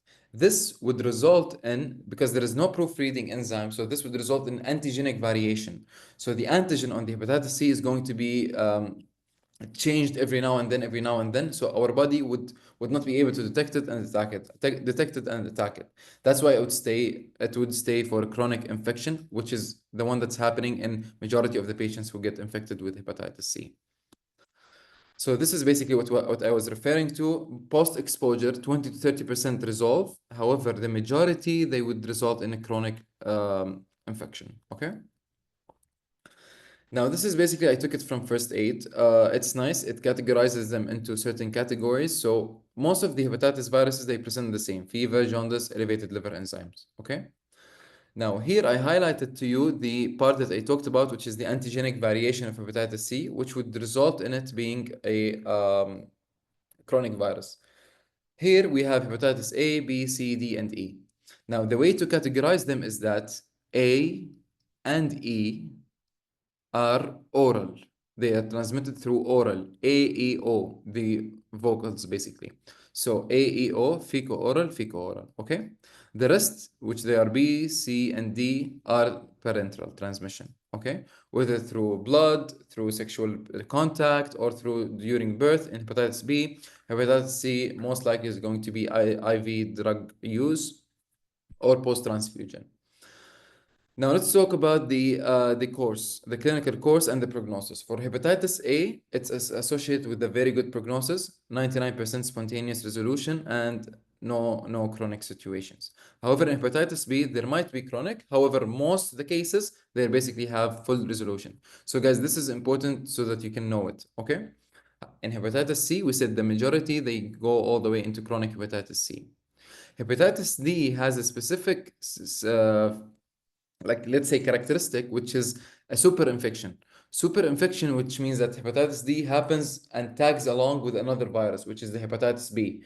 So whenever you detect a patient with hepatitis D, you would suspect that this patient might have a hepatitis B as well, okay? Or if the patient has a hepatitis B infection and then suddenly it deteriorates, the patient deteriorates, suddenly there is something wrong that's happening, there might be a super infection with hepatitis D virus, okay? Also for the liver biopsy, I'd like you guys also to memorize them very, very well, okay? Because it's important for pathology. Now let's move on to the next question. A 50-year-old woman presents with 6 months of fatigue, 5 kilogram weight loss. I want you to pause and then answer, okay? She has a history of thyroid disease. There is right upper quadrant tenderness, ALT is high, AST is high, bilirubin is normal. Liver biopsy shows plasma cell infiltration and periportal inflammation. Further evaluation would show which of the following. So basically this question is hinting towards a specific diagnosis. And it's basically clearly mentioned in the liver biopsy, which is plasma cell infiltration and periportal inflammation. It's basically autoimmune hepatitis. And the answer here is positive anti-smooth muscle antibodies, because a lot of the patients who have autoimmune hepatitis, they test positive for anti-smooth muscle antibodies. How did we know that this is an autoimmune hepatitis? First, females are more prone to autoimmune diseases. It's not very suggestive of autoimmune hepatitis, but it's one of the risk factors that we can talk about. Second thing is that the patient has a thyroid disease. So thyroid disease is also a risk factor for having other autoimmune diseases. And there is right upper quadrant tenderness, so there is something wrong that's going on with the liver or the biliary tract. ALT, AST are high. Most likely is going to be hepatocellular because the total bilirubin is low here. It's normal. And then the most important thing, which is the liver biopsy, which is showing plasma cell periportal inflammation. This is a case of autoimmune hepatitis. Autoimmune hepatitis, most of the time, is going to be asymptomatic, detected incidentally by abnormal liver function test. If it is symptomatic, it would result in vague symptoms, which include fatigue, anorexia, nausea, and jaundice. What are the laboratory findings? First, a hepatocellular pattern of injury, hypergammaglobulinemia, which means that there is an increase in the immunoglobulin in the body. I don't think that you have to know this by now. Just know it's a hepatocellular pattern of injury, elevated antibodies, and the most important one, which is we would say is highly suggestive of autoimmune hepatitis, is anti-smooth muscle antibody. Okay. Histology is very important, guys. Pathology. Histology is very important. It's a portal and periportal lymphoplasmacytic infiltration. So it's infecting the portal tracts and the periportal and what's like on the surroundings. What are the cells? They are lymphocytes as well as the plasma cells, lymphoplasmacytic. Treatment is prednisolone or azathioprine. If you guys have to know it, then memorize it. If not, then just ignore it. Okay? Let's move on to this question. Pause, and then we'll answer it together. A 40-year-old woman presents with 3 months of fatigue and generalized, it's a 40-year-old female with pruritus. She has full smelling stools, okay? She's also has a thyroid disease. And then when we see here, we see that the ALP is very high, direct bilirubin is relatively high, GGT is high as well, AST/ALT mildly elevated, and there is a hypercholesterolemia. Imaging shows no gallstones or extrahepatic obstruction. Liver biopsy reveals autoimmune destruction of intrahepatic bile ducts. Which of the following antibodies? So based on all the hints that you got from the scenario, what is the diagnosis? First, yes, it's the primary biliary cirrhosis or primary biliary cholangitis. So this is the diagnosis. How did we know this is the diagnosis? First, we have a 40-year-old female. It's common in females and young. So it's 40-year-old females presenting with pruritus. So 40-year-old female presenting with pruritus, start thinking about the PBC. There's pale and full smelling stools. Bile is very important for the absorption of the fat-soluble vitamins, which include D, K, and A. So these patients might have vitamin deficiencies. Another thing is that it's important for the absorption of fat itself. So whenever we don't have the absorption of fat, what will happen? It will be cleared into the stool, and this basically would result in full smelling stools. The patient also has a thyroid disease, which is like a risk factor for other autoimmune diseases. The labs here are suggestive of a biliary tract disease. And the most important thing, which is basically we have, is the liver biopsy showing autoimmune destruction of the intrahepatic bile ducts. So what is the antibody? It's the anti-mitochondrial antibodies, which they are, let's say, a little bit like they are, I won't say very specific, but they are suggestive of primary biliary cholangitis. So it's an autoimmune destruction of intrahepatic bile ducts, and it happens in middle-aged women, fatigue and pruritus. They have xanthomas or xanthelasmas, which they are basically as a result of the hypercholesterolemia, because these patients have hypercholesterolemia. Okay, it's a cholestatic pattern of injury, positive anti-mitochondrial antibody, and hypercholesterolemia. Our patient had hypercholesterolemia, in fact. The treatment, you give something to like kind of delay the progression of the disease and to get rid of this bile, which is basically the orthodeoxycholic acid. Okay. Now let's move on to the other disease, the other question.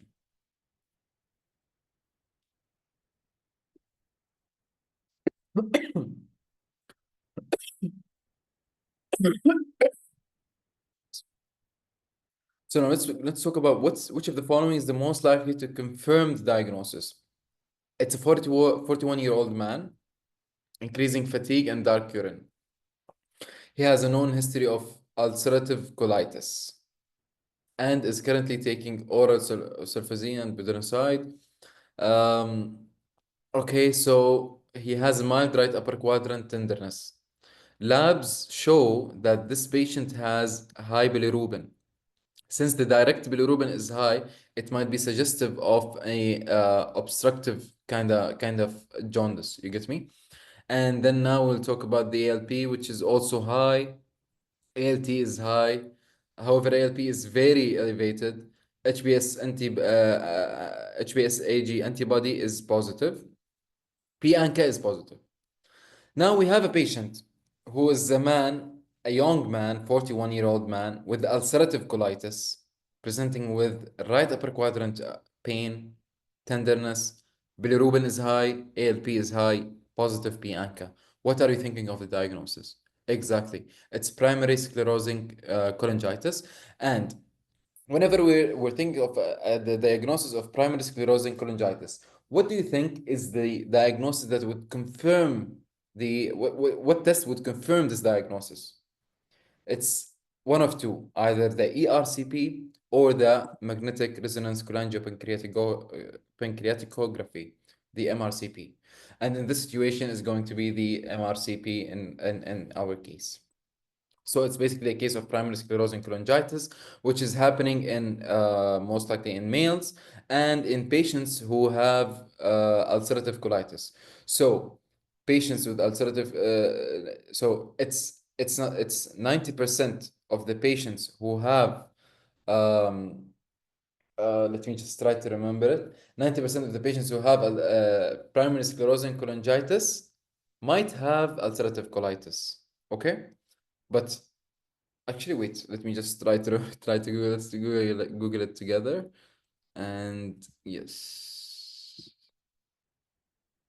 So, ulcerative colitis and PSC. So 60 to 80% of people with PSC have UC.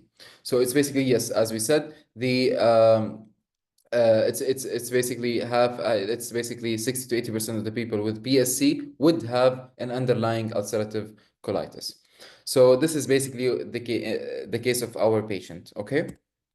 Now let's move on and talk about the different. This is basically here showing us the different diseases that we talked about. I got it from AMBOS, PSC, PBC, and autoimmune hepatitis. I want you guys to take a look at it. And then, okay, now let's just, I want to tell you something. I hided some of the slides here. They might be important. So not important, but I would say they would like clarify things to you. So just take a look at them while you're studying for this, doing the slides, I mean. Now let's move on. Okay. Pause the video and then continue explaining.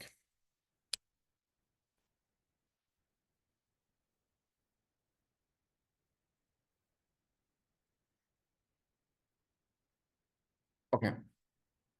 So this is let me just put the pen. This is a 54-year-old man, fatigue and arthralgia of second and third intercarpopharyngeal joints, difficulty achieving erections, type 2 diabetic, and his skin has become unusually dark despite limited sun exposure. Okay? His younger brother was recently diagnosed with the cirrhosis. On physical exam, he appears tired with bronze skin. This patient has an AST, fasting glucose that's elevated, AST that's high, ALT that's high, ferritin that's severely high, and transferrin saturation that's very high. So which of the following is the underlying mechanism responsible for this patient's presentation? So from this case scenario, we would know that what basically the disease is. Let's see. A middle-aged man with arthralgia of second and third metacarpopharyngeal joint, erectile dysfunction, type 2 diabetes, and bronze skin, with elevated liver enzymes and elevated serum ferritin transferrin saturation. What are you guys thinking of? Exactly, it's hemochromatosis. So what would be the answer here? It's an increased intestinal iron absorption due to an HFE mutation. The other answers basically they are referring to different diseases. So for A, it's referring to an autoimmune mediated hepatocellular inflammation, which I would say it's an autoimmune hepatitis or an inflammation that's targeting the liver. For B, it's an ATP7B mutation, which is seen in Wilson's. For E, it's lysosomal storage disease, and for C, it's lysosomal storage disease, and for E, it's an alpha-1 antitrypsin deficiency. And our patient has symptoms that are suggestive of hemochromatosis, hence the answer is D. Now let's see what happens in hemochromatosis. So there is an HFE gene, and this gene is responsible for regulating the iron absorption. Okay? Do you guys know hepcidin? Hepcidin usually when it's produced, it would result in acting on this gene and then decreasing the intestinal absorption of iron. And due to the mutation that's happening in this gene, it's not functioning well. So there is nothing that's stopping the absorption of iron. So there will increase and increase and increase and increase of iron absorption. This would result in accumulation of iron and resulting in hemochromatosis. So the symptoms are going to arise based on where does this iron accumulates. So if it accumulates in the liver, it would result in liver cirrhosis. And if it's basically in the pancreas, it affects the pancreas, resulting in diabetes. If it's in the skin, resulting in bronze skin. Heart might result in restrictive cardiomyopathy. Pituitary might affect all the pituitary hormones or some of them. And for the joints, it has characteristic, which is basically the second and third metacarpopharyngeal joint involvement. Okay? So it's a triad of cirrhosis, diabetes, and skin pigmentation. And also these patients have arthropathy and hypogonadism. Repeated phlebotomy is the treatment for these patients. So now let's move on to this scenario. Pause and then answer. A 23-year-old young man, worsening right hand tremor, difficulty concentrating, recent falls, broad-based gaits. And this finding on the eye, what are you thinking of? Yes, exactly. We're thinking of Wilson. So what's happening in Wilson is that it's a disease that's targeting a mutation, it's ATP7B. Once this mutation is targeted, the copper won't be able to go into its transporter so that it can be cleared from the body. What's the name of this transporter? It's ceruloplasmin. Because of this copper will accumulate in the body and will go and accumulate in certain tissues. Once this copper accumulates in the eye, it results in these eye findings. Do you know what are they called? Yes, Kaiser-Fleischer findings in the eye. It would also accumulate in the basal ganglia, resulting in the symptoms that we can see here as a right-hand tremor, as a right-hand tremor, as well as we can see that it might be in the cerebellum, causing broad-based gait as well.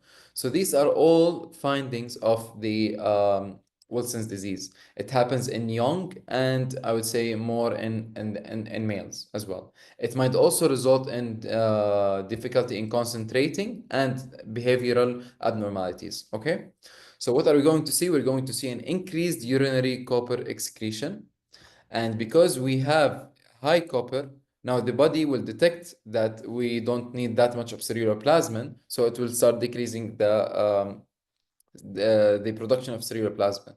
So in these patients, we will find an increased urinary copper excretion and a decrease in serum ceruloplasmin. So this is basically what I've talked about: ATP7B accumulation, basal ganglia, and the cornea, and resulting in hepatic, neurologic, and psychiatric. Low ceruloplasmin, high urinary copper, Kaiser-Fleischer brings on slit lip examination. Treatment is chelators or zinc. Now this question. Pause, and then we will answer the question together. So a 45-year-old man with type 2 diabetes presents for routine checkup. He feels well, and takes metformin. He has BMI of 31, drinks wine occasionally, and does not smoke. Exam shows a soft abdomen with the liver palpable 2 to 3 centimeters below the costal margin. Lab shows AST of 100 and ALT of 130. Liver biopsy shows ballooning degeneration with mixed inflammatory infiltrates. What's the most likely diagnosis? What do you think is the diagnosis? Yes, the answer is D. It's metabolic dysfunction associated steatohepatitis. Why is it the diagnosis? Because this patient has an abnormality in the liver. This is the first thing. The second thing is this patient has some of the metabolic syndromes. What are the metabolic syndromes? They include multiple things. And in this patient, we have the first one, which is type 2 diabetes and obesity. So this patient is obese, type 2 diabetic, elevated liver enzymes, and the liver biopsy is showing ballooning degeneration. So ballooning degeneration means that there is fat that's starting to accumulate in the hepatocytes, resulting in the ballooning kind of appearance on pathology. You guys can refer to your pathology slides to take a look at them. And there will also be mixed inflammatory infiltrates. This disease is called metabolic dysfunction associated steatohepatitis. Previously, actually, it was called non-alcoholic fatty liver disease. Why was it called non-alcoholic fatty liver disease? Because they were correlating alcohol liver disease to fatty liver disease. So, and then they noticed that in patients who don't drink alcohol that much, actually, in fact, they do get this fatty liver disease, and they correlated it to the metabolic syndrome, which would include, for example, diabetes and obesity. See the definition here. It's basically a type of steatotic liver disease in individuals more than one or more criterion for metabolic syndrome in a patient with an absence of heavy alcohol use. Okay? So, what would be the treatment for these patients? It's a common question, a common exam question. Treatment is just diet and exercise. If the patient has a BMI of 35 or more, we can consider bariatric surgeries. Now let's move on to this question. It's a little bit a difficult question, so take your time.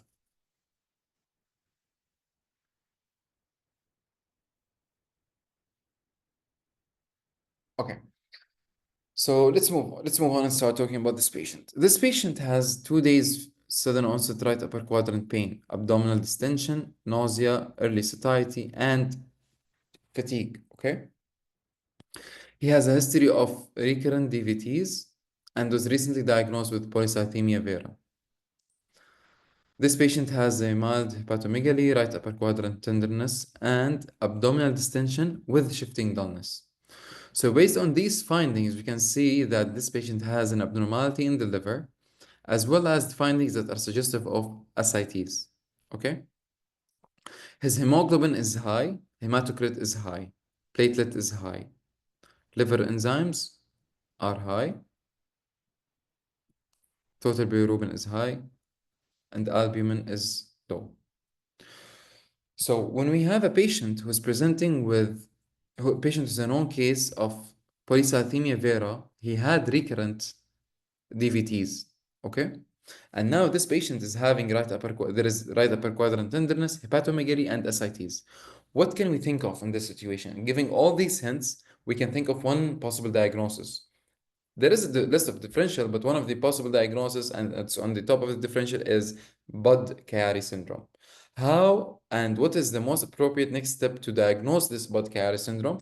It's Doppler ultrasound of the hepatic vessels. Why is it the case? Because let's see this basically schematic picture of the liver.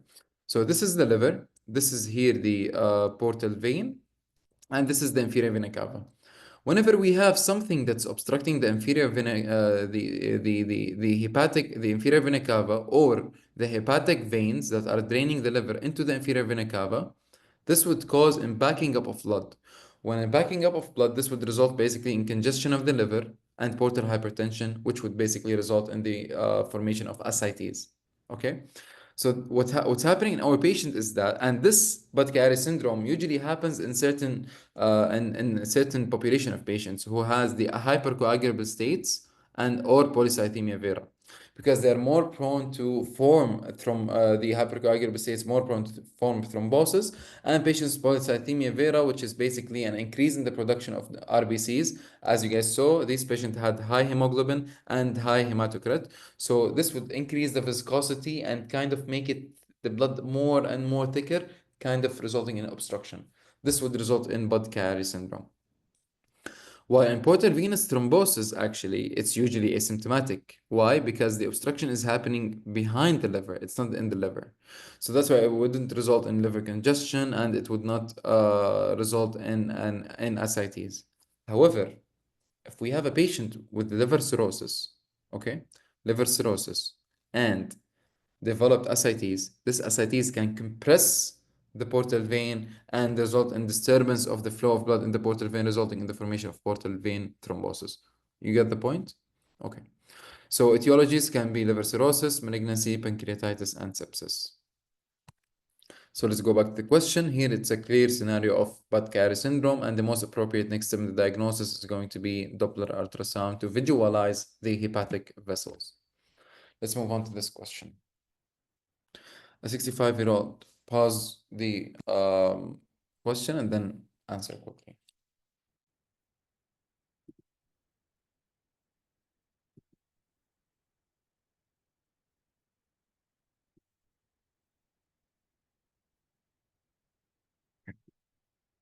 So here basically we have a patient who's a 65-year-old, 1-day history of fever and disorientation. Okay, so he's alcoholic. This patient has jaundice, palmar erythema, spider nevi, and dilated veins on the anterior abdominal wall, and +2 edema of the lower extremities. The abdomen is soft, diffusely tender. There is shifting dullness on percussion. These are the labs. Which of the following processes is the most likely explanation for the findings on physical examination? So in this patient has jaundice, palmar erythema, spider nevi, dilated veins, peripheral edema, shifting dullness. What does this picture give you a hint of? Yes, it's liver cirrhosis. So what do we mean by liver cirrhosis is that there are there are cells in the liver that are now started to produce this collagen, which is going to be deposited in the liver and causing the formation of liver cirrhosis and a fibrosed liver, which is basically a malfunction liver. So that's why it results in these manifestations. So what are these manifestations and why do they occur? We'll talk about them in the upcoming slides. Okay. So this is basically the answer for this question. It's D. A, accumulation of iron in hepatocytes. No, it's not hemochromatosis. There are no symptoms for hemochromatosis. Hepatocyte swelling and necrosis with neutrophilic infiltration. It does not sound like it's an hepatocyte swelling might be because of maybe the liver the fat accumulation, which would result in neutrophilic infiltration. Might be due to other causes as well. However, in this situation, is not. Ground glass hepatocytotoxic T cells. I believe this is for hepatitis B. This patient has hepatitis cirrhosis as negative. And the Councilman bodies also for hepatitis, if I remember correctly, it's A. So it's going to be negative because hepatitis cirrhosis are negative. So we're left with D. And the question clearly asks the explanation for the findings on physical examination, which is the findings of liver cirrhosis. Now let's move on to this question. Pause and then try to answer. Okay, so this question is basically there is this guy, and this guy has an active bleeding esophageal varices. Which of the following best explains the development of this patient's esophageal varices? This patient has shifting dullness, has spinal angioma, and has melena. And it is known a case of alcohol-related cirrhosis. So in a patient with cirrhosis who already developed shifting dullness, who has spinal angiomas, his albumin is low, and his INR is high, and his platelets are low. This means that the synthetic function of the liver is deteriorating, and the liver now started to be malfunctioning. Okay? Now, which would basically, it's as a result of the cirrhosis. The cirrhosis can cause congestion, which would result in a portal hypertension. And this portal hypertension is basically going to, and this congestion of the liver causing the blood to back up and backflow into the into the portal vein, and then it goes all the way back towards the the the um the sources of this portal vein. So whenever there is an increase in the pressure in the portal veins, this would result in the formation of collaterals. And these collateral vessels form between the systemic and the portal circulation. And this is basically what's called a portal hypertension, resulting in the development of varices. So let me just tell you about what do I mean by this here. It's basically, we can see here the portal vein, and this portal vein, because of the cirrhosis, blood accumulates and then it goes back, and whatever the portal vein, or whatever organ it goes to, it would result basically in the blood will go all the way there. So let's say that this blood is going all the way from the portal vein. Here is the portal vein going through the left gastric vein here. It will result in the formation of collaterals, and then they will anastomose with the systemic circulation. Systemic is by the esophageal vein. So this would result basically in enlargement of the circulation here and the vasculature here, which would result in the varices. There are multiple places of these varices to occur. We have in the esophagus, it's called esophageal varices. In the umbilicus, which is here all the way here, it's called caput medusae. And in the rectum, it's basically anorectal varices. This is what I was referring to in the portal hypertension. Now let's talk about this is basically the answer for this question.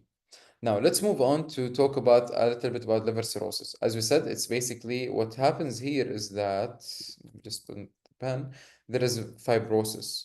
It's basically characteristic on histopathology. It's called bridging fibrosis and regenerative nodules, okay? So whenever the liver is failing, everything that's synthesized by the liver is going to be decreased, and there will be basically anything that is metabolized by the liver, any toxins or any hormones that are metabolized by the liver, because the liver is failing, they're going to increase in our body.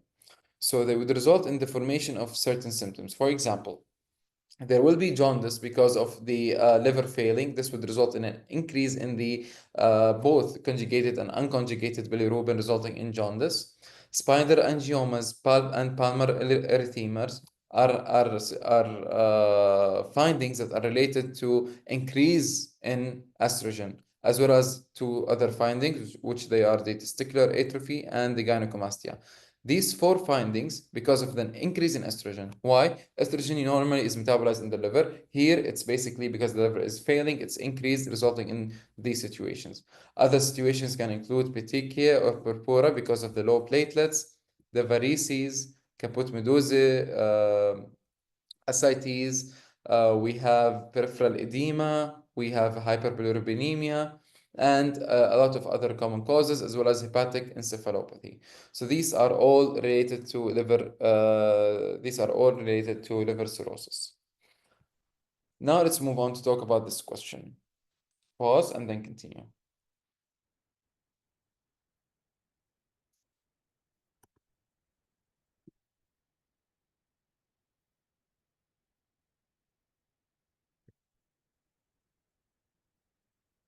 So here we have this question, which is basically it's talking about a patient who has an abdominal distension, lower limb swelling, and sensation of early satiety. Okay, the patient also has mild fatigue, and the patient has icterus, tense ascites, and bilateral pedal edema. Paracentesis is done, and it was sent for further investigation. And they saw that the serum albumin was 3.4 and the ascitic fluid albumin is 2.1. So how do you know what might be the underlying cause of this ascites? Using a certain equation, which is called the SAG. SAG refers to serum albumin, acidic fluid, that is it, the serum albumin minus the albumin of the acetic fluid. So here it's basically the serum albumin is 3.4 minus the 2.1, which would give us a 1.3, which is basically, let's go here, yes. So it will give us basically 1.3. So whenever we do serum albumin minus acetic albumin, it would give us a number. If this number is more than 1.1, we call it a high, it has high sag. If it's less than 1.1, it's basically low sag. Okay? I don't want you to bother knowing the causes. However, what I want you to know is this thing. When to know if it's basically high sag or low sag. If the underlying cause is basically due to an increase in the pressure, in the portal pressure. So if you have an increase in the portal pressure, this would result basically in a high sag. However, if the portal pressure is not the cause, for example, maybe because of increase in permeability, which would result in leakage of the proteins from the serum all the way into the acidic fluid. What would this result in? It would result in an increase in acetic albumin and a slight decrease in the serum albumin. Okay? When we have low serum albumin and this increased acetic albumin, what will happen to the number? It will decrease, which is why it is going to be decreased. So the causes that would result in ascites other than increase in portal pressure would result in low sag, while the causes of high portal pressure would result in high sag. And the most common cause is cirrhosis, which is the one that I want you to know, okay? I'm not sure if you have to know this, but if the doctor talked about it, then yes. If not, then just ignore it. Because I remember that and I saw the slides, the doctor, I think, only focused on 1.1. Now let's move on. A 58-year-old, pause, and then we'll answer it together, okay? So a 50-year-old man with a history of alcoholic cirrhosis. Brought to the ED by his wife. He has progressive confusion and drowsiness for past 2 days. He was treated for variceal bleeding and he is not compliant with his treatment. Now he is increasingly disoriented, incoherent, and sleeping most of the day. Physical examination shows someone who is somnolent. However, he is arousal to only painful stimuli. No command, does not follow commands, and absent asterixis and reflexes are brisk. So, which stage of hepatic encephalopathy is this? Yes, it's a stage 3. Now, how do you know if it's stage 3 or not? It's a little bit tricky, but this is the way I want you to remember it. Let's first go to the extremes, stage 1 and stage 4. Starting with stage 4. Stage 4, the patient is in coma. The patient is not responding to anything. Even to pain, the patient is not responding. So here the patient is responding to pain, so we crossed out stage 4, okay? We're left with the 3, 2, and 1. Which stage has asterixis? It can start in stage 1, but mainly it's in stage 2. However, this patient has absent asterixis and he's very confused and drowsy. So what would this be? Would it be stage 1? No, it will be stage 3, which is why the answer would be stage 3. This is how you can kind of analyze the answer so that you can get to your answer without memorizing the exact words in the stages, okay? So, and then these patients, they have a certain characteristic, which is basically they are confused, drowsy, somnolent. However, they are arousable to painful stimuli. Okay, so this is about stage 3. Now here, basically what I want you to know is that stage 3 and stage 4, the asterixis disappears. In stage 4, the patient is in coma. Stage 3, somnolence, confused, and arousable only to painful stimuli. Okay? In stage 2, you can see the asterixis. Stage 1, there would be slight impairment of attention and depression and these light symptoms. Okay? Now let's move on. Pause and then try to answer. A 61-year-old man presents to the clinic with fatigue and unintentional weight loss of 5 kg over 6 months and fatigue. He has a history of IV drug use in his 20s and he was diagnosed with hepatitis C. He's a smoker, family history of colon cancer, and the patient is scleral icterus, and there are several telangiectasia on his abdomen. A firm nodular liver on palpation and an ultrasound shows this liver. Which of the following additional findings is most likely present in this patient? So we have a patient who's complaining of fatigue and weight loss. This patient was diagnosed with hepatitis C. You guys remember hepatitis C, we said it's a chronic infection, so it stays in the body and it has a chance of transferring into malignancy. This patient has weight loss, fatigue, hepatitis C, telangiectasia on the abdomen, he has jaundice, and there is firm nodule liver on palpation. And this lesion on an ultrasound. What are you suspecting? Hepatocellular carcinoma. Okay. So what test would be, what measurement would be elevated in this patient? It's alpha-fetoprotein. This alpha-fetoprotein is going to be elevated in this patient. It's kind of suggestive of a hepatocellular adenoma, and it is basically the correct answer. So all the rest, if you can just eliminate them and you can reach out to this answer because their symptoms are not showing up in this scenario. Let's move on, talk about hepatocellular carcinoma. It's basically the most common primary malignant. It's most common primary malignant, okay? Primary malignant. It's associated with multiple things, including hepatitis B, hepatitis C, infections such as aflatoxins from Aspergillus, Wilson's, alpha antitrypsin, hemochromatosis, autoimmune diseases, a lot of conditions. How do these patients present? How do these patients present? Most of the time, they are asymptomatic, so they don't know that they have the symptoms.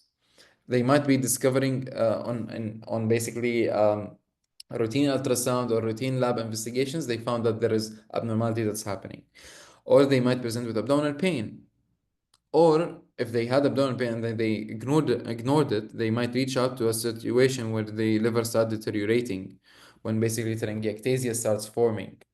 Okay.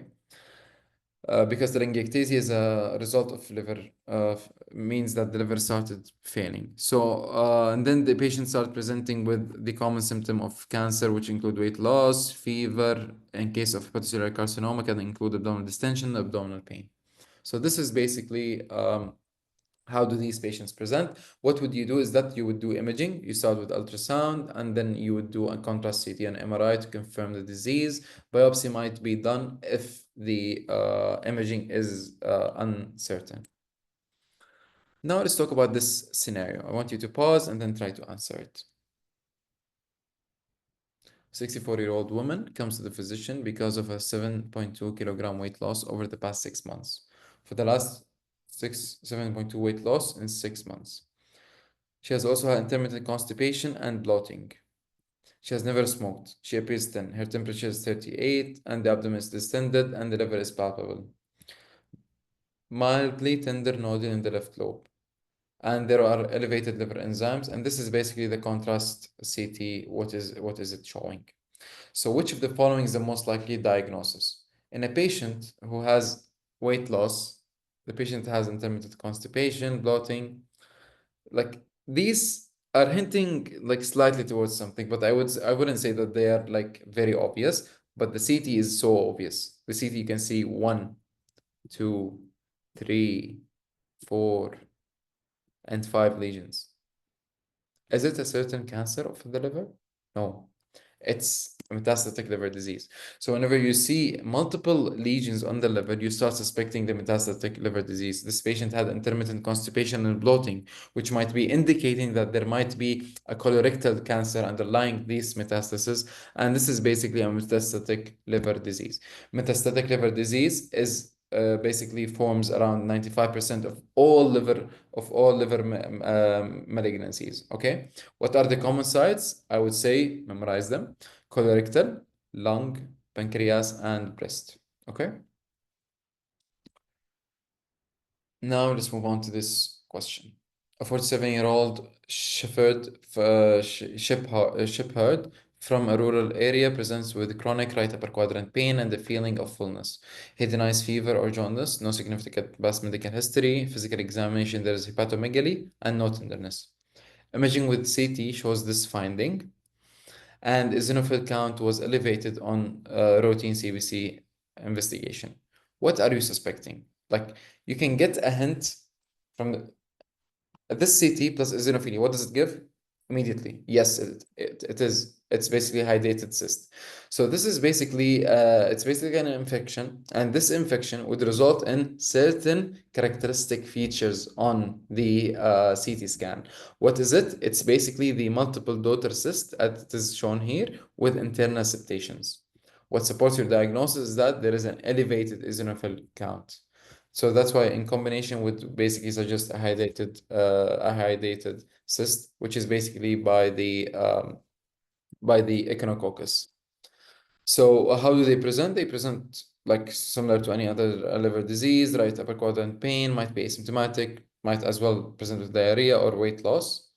When do you suspect it? You would do an basically ultrasound first, maybe, and then you would do CBC with liver function test. You would notice an elevated eosinophilia. Okay, you notice eosinophilia, abnormal ultrasound. You will order CT scan. And CT scan, you saw the multiple daughter cysts and the internal septations. Now you have diagnosis of high dated liver disease. Now let's move on to the other question. A 42-year-old woman comes to the ED because of gastric abdominal pain that started after her last meal. Pause and then try to answer.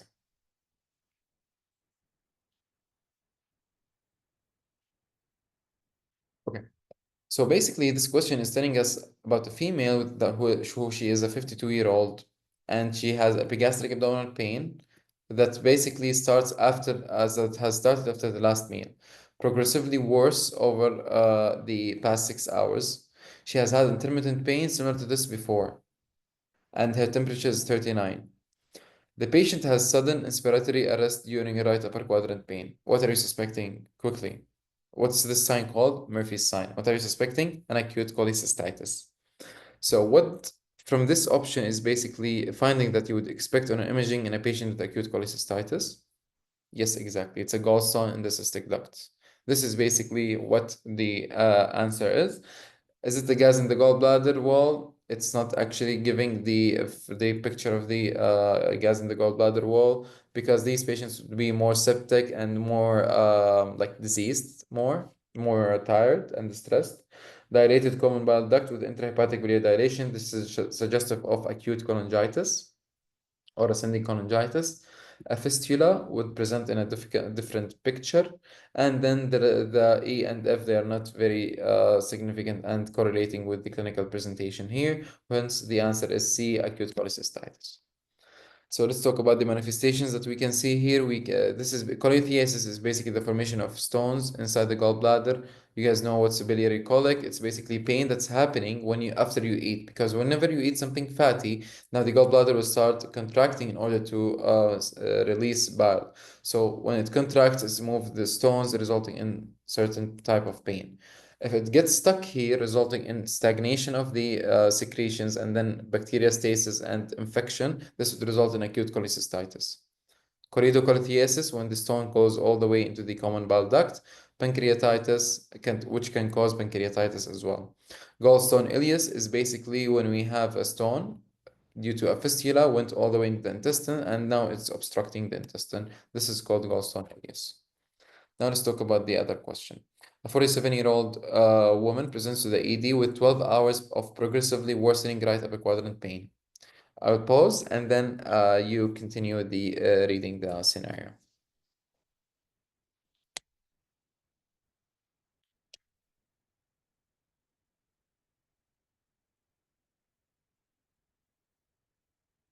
So you have a 47-year-old female present to the ED, right upper quadrant pain. This pain, nausea, vomiting. You can read the scenario and then positive Murphy's sign. And it seems that there is a cholestatic pattern of injury. What would you do in this case? What would you order? You ordered the liver enzymes, you ordered the liver function test, you ordered everything. Now you would order, you're suspecting cholestatic pattern of injury. The next step is immediately doing a right upper quadrant abdominal ultrasound to know if it's basically a biliary cause or not. Okay? So whenever you have a patient who's presenting with a picture of a cholelithiasis, cholecystitis, choroidocholithiasis, any abnormality of the biliary tree or the bile tract, what would you do is that you would start by performing normal lab, CBC with differentials, liver enzymes, liver function test, and then ALP, GGT, and then you would see if it's cholestatic, you'd go ahead and do an ultrasound, and then, which is similar to our situation here. Now, let me just go ahead and talk quickly about the stones. We have two types of stones. We have the cholesterol stones and we have the other pigmented stones. Cholesterol stones are mainly happening due to the increase in the level of the cholesterol and the decrease in the bile acid. and these are basically have certain risk factors. It's fun. It's like the most common type is this one. 7Fs. I remember it was 4. Now it's 7. Okay. So interesting. It's a female, fat, fertile, 40, fair, feeds and fasting. This is basically a cholesterol stone. The pigmented stones, they have two main colors, the black and the brown. Black, it's got the black color because of the excessive hemolysis, resulting in the production of this unconjugated bilirubin, resulting in basically this black appearance of these stones. The brown are basically more likely due to infections. This is basically how the stones, the gallstones. Now, acute cholecystitis. How would an acute cholecystitis present? In the history and the question, you would notice a right upper quadrant pain, nausea, vomiting, and fever. You would do a physical examination and you would see Murphy's sign. What's Murphy's sign? Is basically inspiratory arrest with the palpation of the right upper quadrant. It has nothing to do with the pain. It's inspiratory arrest with the palpation of the right upper quadrant. Okay? That's the exact definition of it. The best initial test you would do, as we said, it's basically an ultrasound. If ultrasound is not suggestive or is uncertain, you would do a Hajja scan. The treatment is a broad spectrum IV antibiotic, IV fluids, and you would do a cholecystectomy. Now let's move on, talk about this. Pause, and then we will answer together. So I'm assuming that you already paused. Now let's move on and talk about the scenario. So the answer here is C. Why is it C? Because this patient is suffering from, has nausea, abdominal pain, vomiting for past 24 hours. Known history of gallstones, but has never had surgery. So this patient already has cholestasis, okay? There is a high-pitched bowel sound. There is abnormality causing a high-pitched bowel sound. CT scan shows dilated small bowel loops and a stone in the distal ileum. So ileum is obstructed, resulting in dilated small bowel loops and air in the biliary tree. What is this suggestive of? It's suggestive of, yes, the picture of a gallstone ileus. So gallstone ileus is basically whenever, if I have a picture here, let me just go back. Yes. So gallstone, let's say that this is our patient who had cholestasis from before. So now because of this cholestasis and the gallbladder is moving and moving and moving, it might come nearby the intestines, resulting in fistula formation. Once this fistula is formed, this would result in passing of the stones all the way they would go into the intestine. What is in the intestine normally? Air. So air is going to go into the gallbladder. So there is a certain characteristic feature which can be seen on X-ray. It's basically called pneumobilia. Pneumobilia is pneumo, air, in the bile, which is bilia, which is basically in the gallbladder. So air in the gallbladder is pneumobilia, and you would see a stone kind of thing that's obstructing the small intestines. This is basically a picture that's suggestive of a gallstone ileus. What is the management of gallstone ileus? It's emergent surgery to remove the obstructing stone from the intestines. So it's you have to know this, like memorize this information. Now, this is basically gallstone ileus, and what we have talked about, some patients present with symptoms of small bowel obstruction as well. Okay. Now let's move on to this question.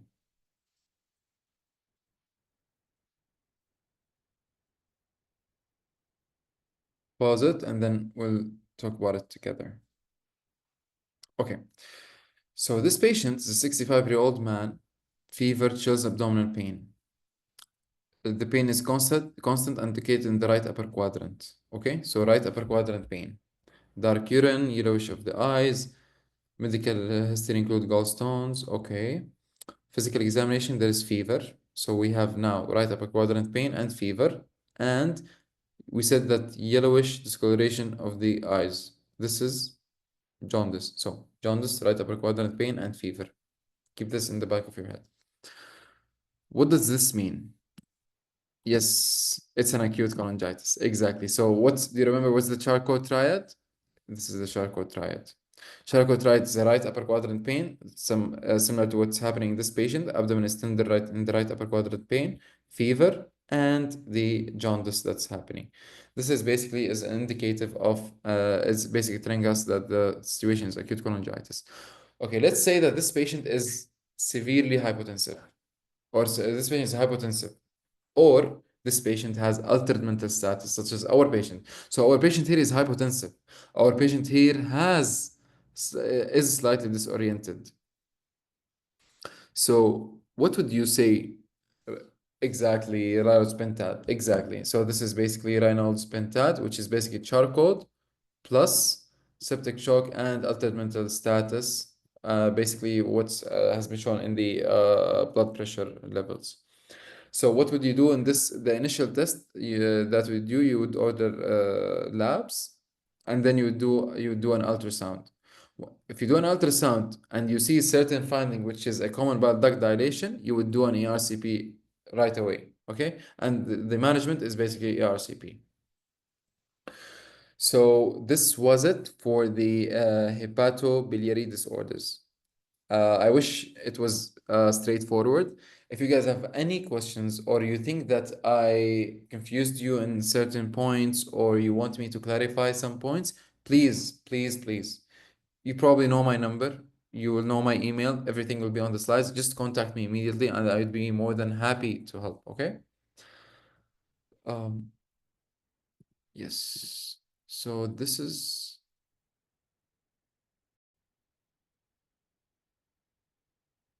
Yeah. So now I'm going back, and now I'll be talking about the colorectal and anal disorders. So moving on to talk about the first scenario. Pause, and then we'll answer it together. Okay. So this patient is a 55-year-old man. Oh, one second. Oh, sorry. Okay.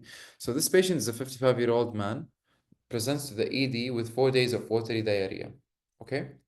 So this patient has a is febrile, has a temperature of 38.9, and he appears dehydrated. On physical exam, there is diffuse abdominal tenderness without guarding or rebound. He has no recent travel, but says he ate undercooked chicken at a picnic 3 days ago. So this patient is tachycardic, and he is febrile, and he is dehydrated. Okay. So and there is basically, as we said, there is fever, and it has been like this for 3 days. So this patient is not presenting with the usual symptoms of acute diarrhea that we can see in a normal patient. This patient is having dehydration, having tachycardia. So these patients would require further management and investigation. So in this patient, we would do, what would we do is basically send to culture and start empiric antibiotics. Do we perform colonoscopy? There is no indication for a colonoscopy in this patient. And then do we start antidiarrheal? Not yet. Antidiarrheal are not usually in the as first line. Okay. So what is the ideal thing to do here? And the most appropriate next step is to send to a culture, and then we would start the patient on antibiotics. So you guys, as I told you guys here, this is basically explains what I have clearly said. So acute diarrhea can be classified in two main categories.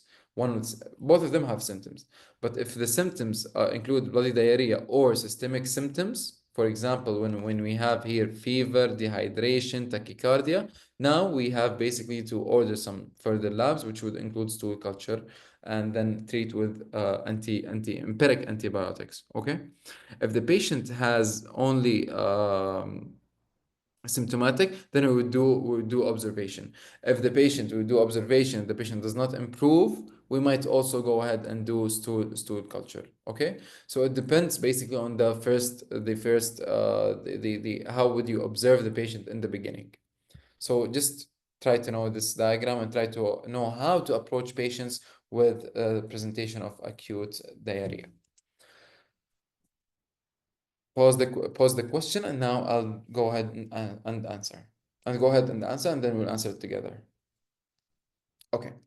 So here we have a patient who's basically presenting with intermittent episodes of bloating and diarrhea. The patient associated with abdominal cramps after meals. He has loose and full smelling diarrhea. He denies blood. There is no blood. and there's no weight loss or fever. He notes the diarrhea improves when fasting, when fasting, and worsens when he consumes ice cream, milk, or certain cereals. This is the osmotic gap and showing this number. Which of the following is the most likely cause of the patient's symptoms? And the answer here is going to be D. Why is it D? Because diarrhea has multiple types, including osmotic diarrhea, secretory diarrhea, inflammatory diarrhea, and fatty diarrhea. So does this patient has an inflammatory diarrhea? We can exclude. Now we have fatty, we have secretory, and we have osmotic. So how can we differentiate between the osmotic type of diarrhea and the rest? There are two main things. The first thing is basically what we call the fasting test. So why would we do this testing is that because what causes the osmotic diarrhea? Let's move on to and explain here. So this is osmotic diarrhea. What causes osmotic diarrhea is the amount of osmoles or the osmolality that's found inside the lumen of the intestines. So if we have high osmolality, this will drag more water, resulting in diarrhea. So when you are fasting, this means that you're not eating anything, so the osmolality is not going to be high, it's going to be low. So when the osmolality is low, less water coming into the intestinal lumen and less diarrhea. So this means that the patient is responding to the fasting test. If the patient is responding to fasting test, this would suggest osmotic diarrhea. If not, then it's other causes other than the osmotic diarrhea. Okay. So the other thing that we can use is the osmotic gap. We can measure we can do stool analysis and measure the electrolytes in the stool and do osmotic gap analysis. So if the osmotic gap is more than 125, it's osmotic. If it's less than 50, it's secretory.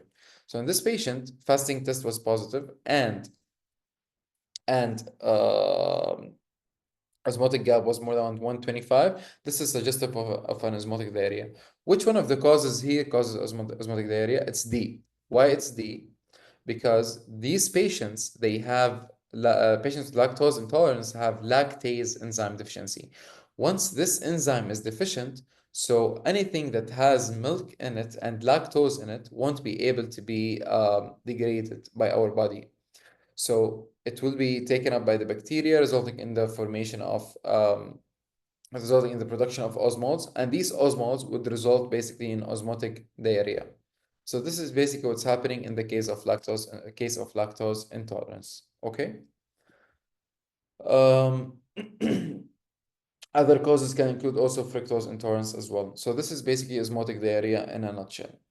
Regarding the secretory diarrhea, it's happening because there is an abnormality that's causing the intestines to increase the production of increase the secretion of water into the intestinal lumen. So regardless of you do the fasting test or not, the patient won't respond to fasting because there is something causing this production of fluid. Now, guys, this diagram, I'm not sure if you saw it in the slides, but I saw it in my OSPE. This exact picture came in our OSPE. It was asking us about a scenario that was similar to this one. I remember seeing ice cream in the scenario, and the patient it was about lactose intolerance or something. And I think it was asking us to point which of the following represents the unmeasured osmoles. And we had to point out to this. This is how I remember the question is, but just like try to visualize it and like try to draw it in your mind, okay? In your memory, I mean. So now moving on to talk about this question. 6 days after a cesarean delivery, 25-year-old woman presents to the emergency department with nausea, vomiting, and abdominal pain. The pain began 12 hours ago and has progressively worsening. Also reports persistent nausea. She's feverish. Abdominal examination, there is tenderness in the right lower quadrant with guarding and rebound tenderness. So a patient presenting with 12 hours of progressively worsening right lower quadrant pain with nausea, vomiting, guarding, and rebound tenderness. This is most likely suggestive of which diagnosis? Appendicitis.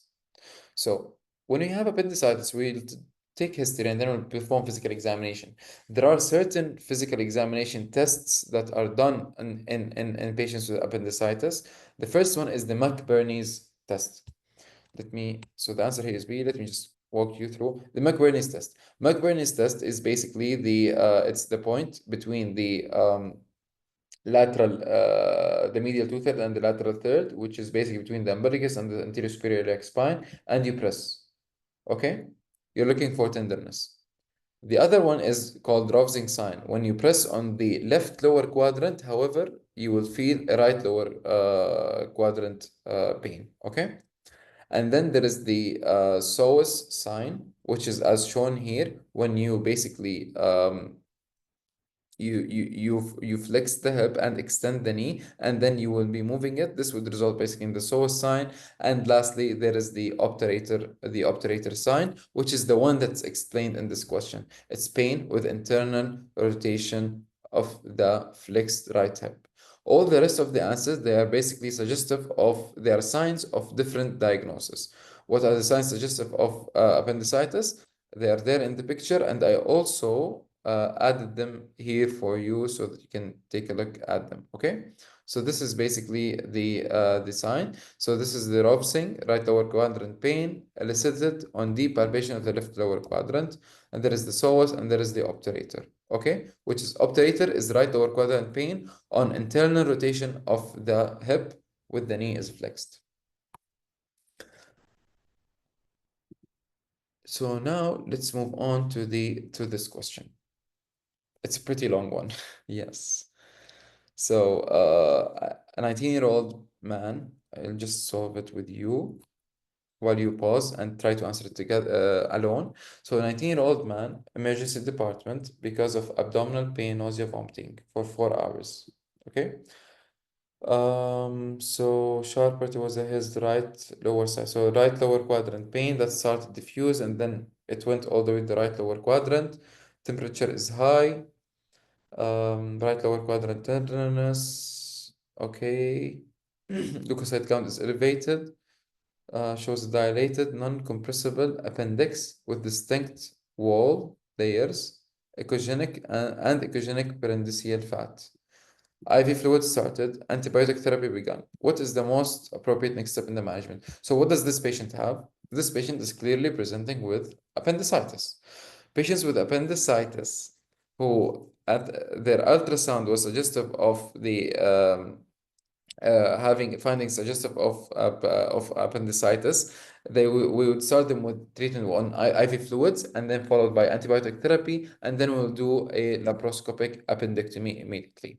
Okay, because there is a high risk of rupture of the appendix resulting in basically fearful peritonitis. So we'd go ahead and perform a laparoscopic appendectomy quickly. So if we have a patient who is presenting with signs and symptoms of appendicitis, it depends if the patient is a male or a female. If the patient is a female, we do pregnancy test to know if the patient is pregnant or not. If the patient is female who is pregnant or child, we don't do CT. We do ultrasound. Okay. However, if the patient is not a pregnant lady and is not a child, it's an adult male, we'd go ahead and do CT scan. So the gold standard for the diagnosis of appendicitis is CT scan. Once diagnosed, we'll go ahead and do a laparoscopic appendectomy or open appendectomy. It depends on the surgeon's preference. Okay. Now let's move on to talk about this question. A 29-year-old woman presents with infrequent bowel movements and straining for over a year. She passes stool 2-3 times per week and often feels incomplete evacuation. She denies blood, weight loss, or pain. She asks, how do I know this is considered constipation? According to the Rome 4 criteria, how many months must symptoms be present to diagnose functional constipation? We got this question or a similar question in our exam, but I remember because we had a conflict between two main answers, and you guys probably know what these two answers are.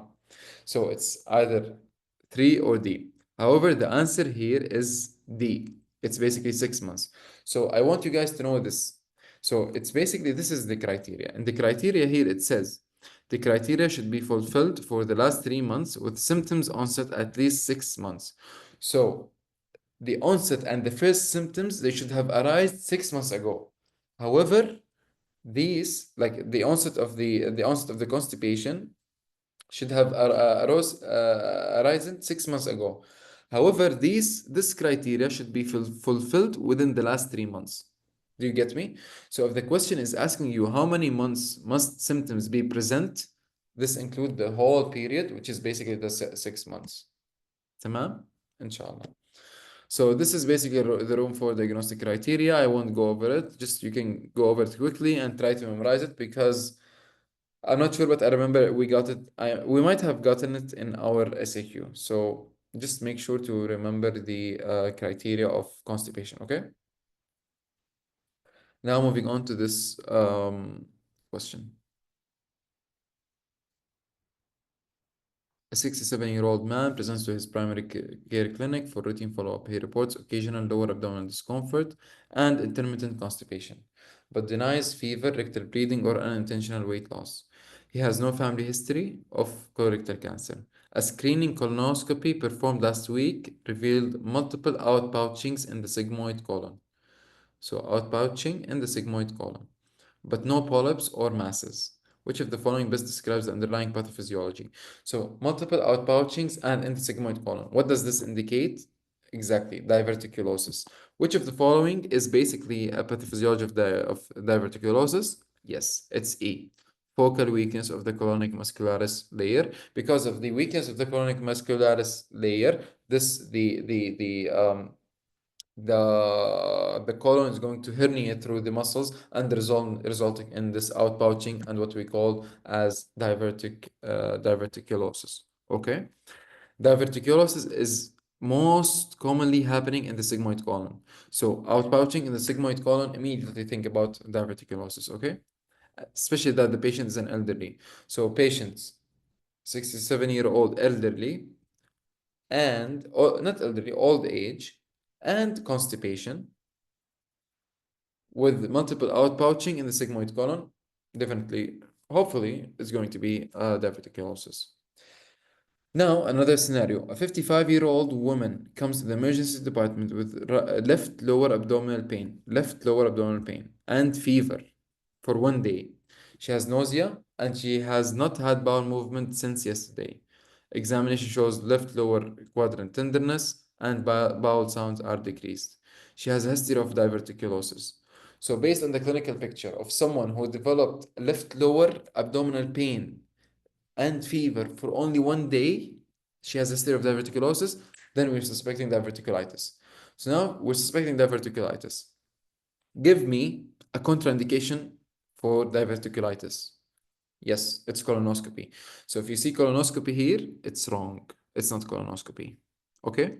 So what is the appropriate to confirm the most likely diagnosis of diverticulitis? It is a CT scan of the abdomen with contrast. Okay, so keep this in mind. If you want to confirm the diagnosis of diverticulosis, you do colonoscopy because the bowel is not inflamed yet. If you want to confirm the diagnosis of diverticulitis, colonoscopy is contraindicated because if you do colonoscopy, there is a high chance of injuring the colon, resulting in basically the colonic contact to go all the way into the bowel, into the abdomen, resulting in peritonitis. So that's why we totally avoid it and we do CT scan instead. This is basically what I've said. It's diverticulosis happening in above 40s, diverticulitis. It's an inflammation. Risk factors: low fiber diet, high fiber, high fat diet. So in a patient who has diverticulosis, we said that it's happening most likely due to constipation, right?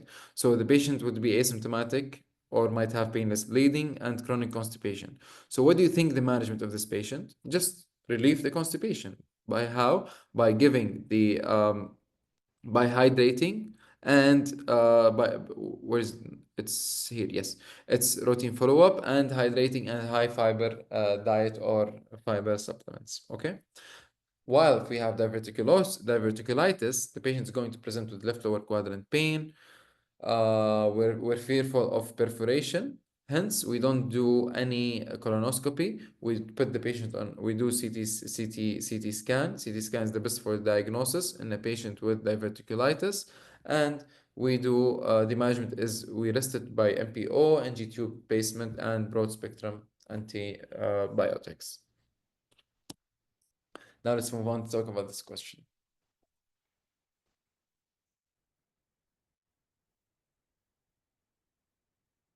56-year-old man presents with 3 days of left lower quadrant pain, fever, constipation. Okay. There is segmental thickening of the descending colon, diverticulosis, fat stranding, and a 5.5 centimeter low attenuation pelvic fluid collection. He is started on IV fluids, bowel rest, morphine, and ciprofloxacin and metronidazole. What's the most appropriate next step in the management? So if we have this patient has diverticulosis, probably has developed diverticulitis.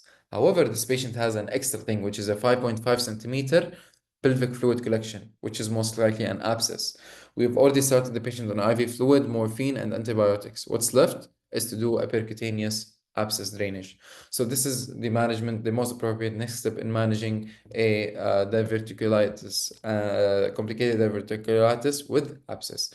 So based on your slides, there are two situations. If the abscess is less than 4 or more than 4. If less than 4, you do IV antibiotics only. If more than 4, you give IV antibiotics and do imaging guided percutaneous drainage. Okay.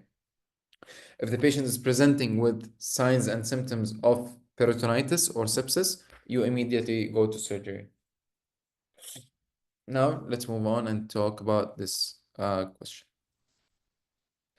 A 75-year-old man is brought to the ED with confusion and sudden onset severe abdominal pain that began 4 hours ago.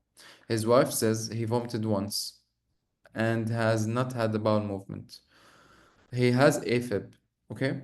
On examination, the abdomen is soft with minimal tenderness, with no guarding.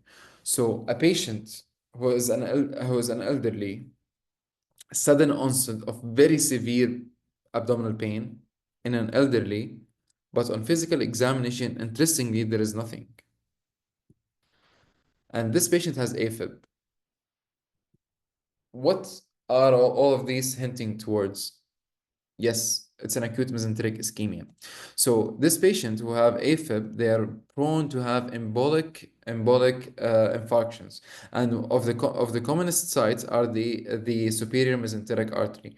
Whenever the embolus goes to the superior mesenteric artery and it occludes it, it results in acute mesenteric ischemia. These patients present with sudden onset severe abdominal pain. However, physical examination is unremarkable, so it's called pain out of proportion. And the diagnostic test of choice is CT angio of the abdomen. So whenever you have a patient presenting with signs and symptoms of acute mesenteric ischemia, you all the way take to the CT angio and perform it in order to see the patency of the vessels and plan your management accordingly. Other findings that can be seen in acute mesenteric ischemia include leukocytosis. And because of the infarction and the ischemia, there will be release of lactic acid resulting in lactic acidosis, which is confirmed by a low pH and a low bicarb. Now, moving on to talk about another question. So this question here, we have a 70-year-old man in the ICU this time for septic shock. Okay. This patient, a new onset abdominal pain and bloody diarrhea. He was intubated 2 days ago, and he has been on norepinephrine infusion for hypotension. This patient also is sedated, but has diffuse abdominal distension, reduced bowel sounds, and mild tenderness without guarding or rebound. Rectal exam shows blood-stained stool. So which of the following is the most likely predisposing factor for this patient's condition? So based on the findings that we saw here, are you suspecting anything? A patient who started having diffuse abdominal distension with reduced bowel sounds and mild tenderness few days after he was admitted to the ICU for septic shock, and he's also on vasopressors. What does this tell you? It's a non-ischemic infarction. Exactly. So it's basically what we call, sorry, what's happened here? Okay. So it's basically what we call a non-occlusive arterial disease. So there is nothing occluding the arteries. However, because of the hypotension that happened, there was this hypoperfusion of the organs and mainly the bowel. And not only this, but also because the patient was started on norepinephrine, which is a vasopressor. So this would result in vasoconstriction, further vasoconstriction, resulting in basically resulting in this type of ischemia. In A, these patients in the question, we would find someone saying they have basically risk factors for atherosclerosis, including diabetes, smoking, and hypercholesterolemia. For C, embolism, we said that AFib or any other cardiac cause. And then for C. diff, it wouldn't show this picture here. It would show a temperature that would be high. And for chronic mesenteric ischemia from hypertension, the patient already does not have hypertension, so we can just cross it out. So this is basically what is about mesenteric ischemia. Patients with mesenteric ischemia can be divided into multiple categories. If the cause is due to emboli, mostly from the heart due to AFib. If it's thrombotic, mostly due to atherosclerosis, and we have to see the primary risk factors, and we can have it as a non-occlusive arterial disease, similar to the patient who was in the ICU, characterized by severe abdominal pain that is out of proportion. Diagnostic test of choice is the CT angio. Okay, this is basically the mesenteric ischemia in a nutshell. Now we have two main things that you have to focus on are basically the watershed areas, which is basically the areas that have the least blood supply that are found in the colon. There are two areas. The first one is the splenic flexure, and the second one is the rectosigmoid junction. I want you to keep these information in the back of your head. Now, moving on to talk about this scenario. A 68-year-old man, 4 days of lower abdominal pain, distension, nausea. No bowel movement or flatus for 2 days. He's known to have constipation. This is basically his abdominal X-ray. What does this abdominal X-ray show? Do you know the name of this sign? If you know it, then we're almost done with the question. Yes, exactly. It's a coffee bean sign. Coffee bean sign is found in which disease? It's a sigmoid volvulus. So how do we treat patients with sigmoid volvulus? It's using an endoscopic detorsion. So this is basically how do we treat these patients. Now, I want you guys to differentiate between two main things: sigmoid volvulus, which is happening in the sigmoid colon, and the cecal volvulus, which is happening in the area of the cecum. Cecal volvulus usually is congenital and happening in younger adults, while sigmoid happening in elderlies and most likely could be due to chronic constipation. Okay. X-ray finding that's going to be found in sigmoid volvulus is coffee bean sign, while cecal it's kidney bean, or what we call bird's beak sign. So we can see them here, which is basically this is the bird's beak sign. It is here, the beak here, and then we can see that there is the volvulus all the way here. And this one is showing us a sigmoid volvulus, showing a coffee bean sign, as you guys can clearly see here. Now, what's the first-line treatment for sigmoid volvulus? For sigmoid volvulus, it's endoscopic detorsion. So they go all the way by endoscopy, and then they kind of pull it back to its place. And then, if the patient is stable, they would insert a rectal tube in order to maintain and stabilize the location. If it's a cecal volvulus, unfortunately, it needs surgery, and the surgery is right hemicorectomy with ileocecal anastomosis. Now, moving on to talk about this question. Yes. So, a 45-year-old man is admitted to the hospital because of a 1-week history of worsening abdominal pain, bloody diarrhea, and repeated vomiting. He has had intermittent bloody diarrhea, abdominal pain for the past several months. Okay, so this patient has been having intermittent bloody diarrhea and abdominal pain for the past several months. Symptoms were never as severe as now. This patient has fever, and he has been having this for 1 week of abdominal pain and bloody diarrhea and repeated vomiting. Blood pressure is low, pulse is high. Abdominal examination shows distended abdomen. On palpation, the patient groans in pain. Bowel sounds are absent, and this is basically the findings that are seen on the X-ray. So which of the following is the most likely diagnosis? What do you think that this patient might be having? So 45-year-old man who's known to have intermittent bloody diarrhea and abdominal pain for several months. And now, suddenly presented for 1 week, history of worsening abdominal pain, bloody diarrhea, and repeated vomiting. And the patient is feverish with low blood pressure. When we do CBC, leukocyte count is very elevated. And we have this picture on X-ray. What are you suspecting? Toxic megacolon. Why we're suspecting toxic megacolon in this patient? Because this patient might be having ulcerative colitis from his symptoms, which is basically showing an intermittent bloody diarrhea and abdominal pain. So that's why the answer would be F. For toxic megacolon, there's basically this Gallen's criteria. I don't remember exactly where did we get asked about it. However, I remember that it was important and I had to memorize it. So it's basically this criteria is basically the classic finding of more than 6 centimeters increase in the diameter of the transverse colon. So more than 6 centimeters increase in diameter of the transverse colon, plus 3 of the following: fever, tachycardia, leukocytosis, anemia, and one of the following. So this is basically how to diagnose toxic megacolon. Now, let's move on and talk about this question. So a 19-year-old woman comes to the physician because of 1 year history of severe abdominal pain, bloating, and episodic diarrhea. She has also had 10 kilogram weight loss over the past 10 months. Physical examination shows mildly distended abdomen, diffuse abdominal tenderness, and multiple erythematous tender nodules on the anterior aspect of both legs. There is a small draining lesion in the perianal region.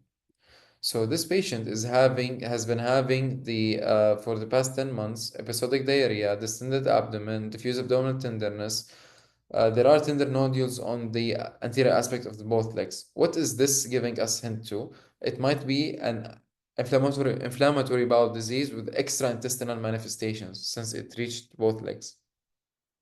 However, which one? We'll see. This patient had a draining lesion in the perianal region. So this means that this might be a fistula.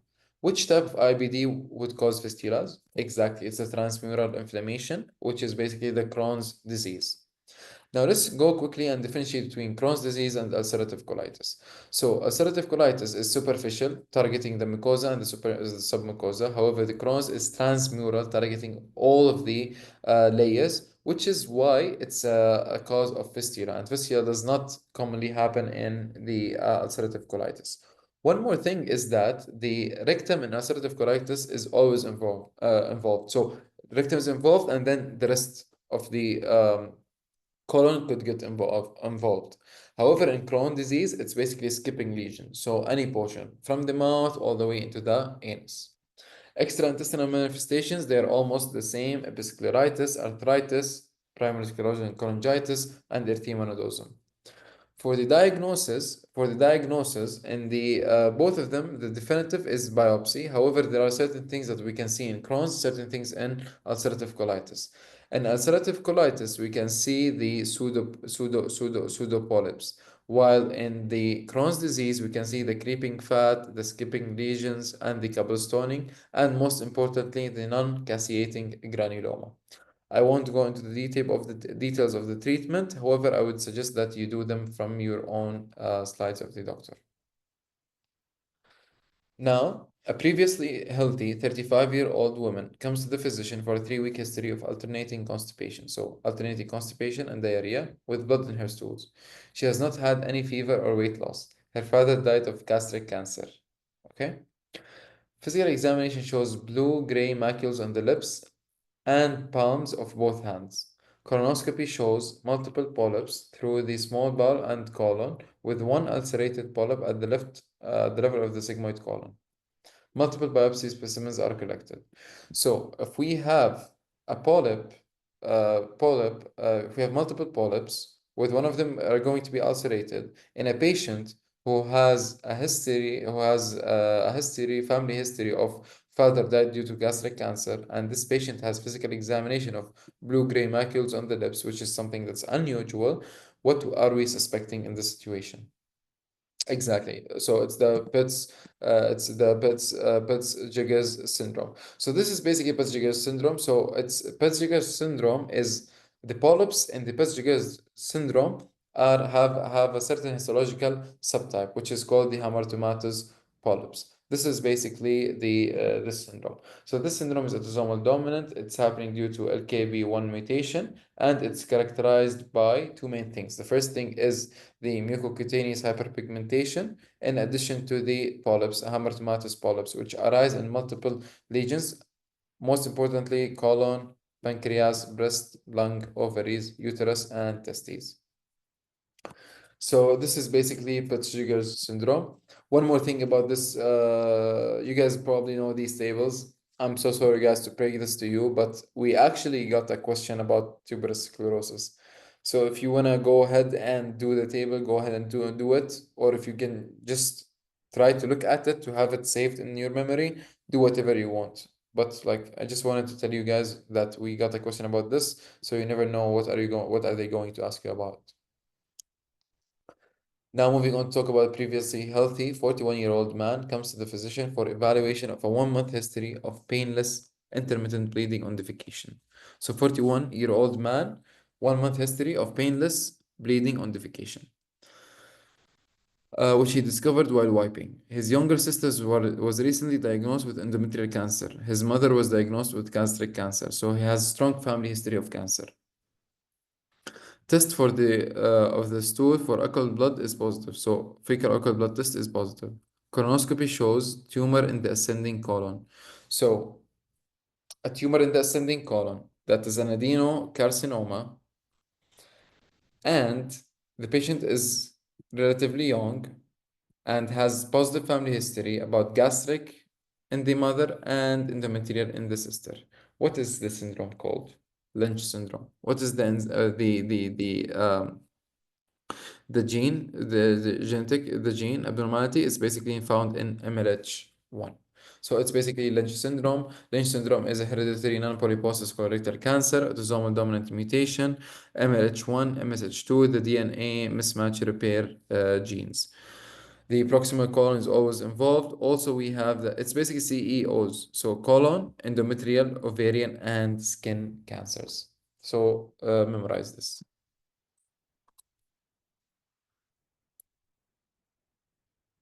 Now, this scenario, we're almost done, guys. So only a few scenarios left. A 62-year-old man comes to the physician because of progressive fatigue. So 60-year-old fatigue and dyspnea for 3 months. During this time, he has also had increasing straining during defecation and 10 kilogram weight loss. No personal or family history of serious medical illness.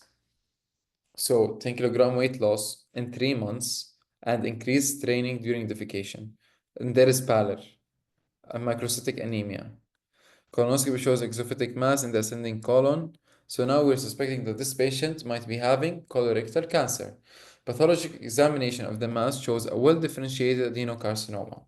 A gain of function mutation in which of the following genes is most likely involved in the pathogenesis of this patient's condition? So assuming that this patient is having colorectal cancer, which of the following is the answer? A gain of function, not loss of function. A gain of function would be the KRAS, exactly. So let me just explain it on this diagram here. So this is a normal colon. When we have an loss of APC, this would basically put the colon at increased risk of cancer because of an increase in proliferation. So loss of function mutation of APC. And then now we have a colon that is at higher risk. If another mutation happen, which is basically the KRAS mutation, it's a gain of function mutation. Once it's there, it results in unregulated intracellular signaling, which would result basically in the formation of adenoma. Now, when it's at adenoma, there are certain genes. If these genes have loss of function mutation, this would result in tumorigenesis and carcinoma. Okay? So loss of AAPC and then gain of function and then loss of function again for TP53. So this is basically the colorectal cancer. Here, colorectal cancer, they are telling you that it's basically more happening in the rectosigmoid area, and it can present in two certain ways. The first one is basically as an exophytic mass with iron deficiency, anemia, and weight loss. And the second one is if it was in the descending, it would be basically partial obstruction with colicky pain. Okay. Characteristic feature on imaging is apple core appearance. So this is basically about the colorectal cancer. Now, moving on to start with talking about the other disease. So a 34-year-old woman presents to the clinic with rectal pain. So there is rectal pain, bright red blood. She describes the pain as sharp and severe during bowel movement, followed by a burning sensation lasting 4 hours. So sharp, severe pain, painful bleeding per rectum during bowel movement and lasting 4 hours. She has a history of chronic constipation. Okay? So on examination, her vitals are normal. Abdominal exam is unremarkable. Anoscope is deferred due to patient discomfort. Which of the following is the most likely diagnosis? What do you think? Painful, bleeding per rectum, and happening during bowel movement, and anoscopy is deferred due to patient discomfort. Yes, exactly. We're thinking of an anal fissure. Why it's not internal hemorrhoids? Because internal hemorrhoids would cause other symptoms, for example, a sensation of something or sensation of incomplete emptying of the bowel, or basically we can palpate them. It's not very painful. They're most likely going to be painless. Ulcerative colitis. So in this patient, it's basically because ulcerative colitis causes bloody diarrhea, and this patient has bright red blood per rectum. So there is a difference in blood color, and also based on the clinical picture of this, the clinical scenario, it does not indicate that this could be ulcerative colitis. Regarding D and E, for D, it would be associated with an enlargement. The touching it would be tender. Patient might be feverish and might be systemic symptoms. For perianal fistula, it's most likely associated with discharge. It would not show painful breathing per rectum during bowel movement. So that's why the answer is going to be C. So this is anal fissures. Anal fissures are happening due to a decrease in blood supply. Why is this happening? Due to spasm of anal sphincter, resulting in more constipation. And this would result basically in compression in the vessels, resulting in ischemia.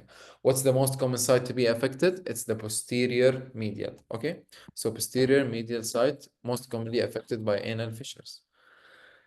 Diagnosis is by directly visualizing it on inspection. And then the management, it includes these all of them here. We start with the general management along with the medical treatment. If these fail, we go ahead all the way and do the surgery, which is the lateral internal sphincterotomy, to relieve the obstruction and occlusion happening on the vessels. Now, let's talk about this scenario. A 41-year-old man comes to the physician because of a 3-day history of dull pain in the right buttock. So, 3-day history, dull pain in the right buttock. Worsens with defecation. He says that he cannot work at the office anymore because sitting down hurts. During this time, he has not had any change. Physical examination shows a 3 centimeter erythematous tender fluctuant mass in the right perianal region. Which of the following is the most appropriate next step in the initial step in management? So in a patient who's presenting with a perianal abscess, what are we going to do? What are we going to do? So the first and the most important thing we will do is that we will do an incision and drainage even before giving antibiotics, because antibiotics are not indicated for all the people presenting with perianal abscess. Sitz bath used for anal fissures. C is used for the varices and hemorrhoids, I mean. And surgical resection. We wouldn't do surgical resection now until there is basically something very severe that is necessitating to do a surgical resection.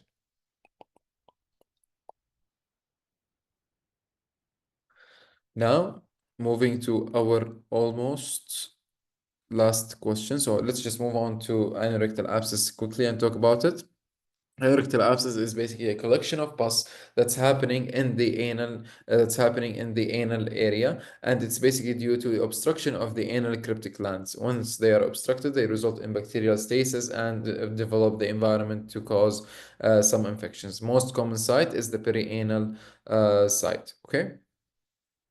Now, risk factor is mainly constipation. Other risk factors we have to think about, keep them in the back of our head, include IBD and syphilis. Presentation, they perianal pain that's worse with sitting or worse with defecation, worse when someone wants to sit down on the area of the abscess. It's also associated with fever, chills, and malaise.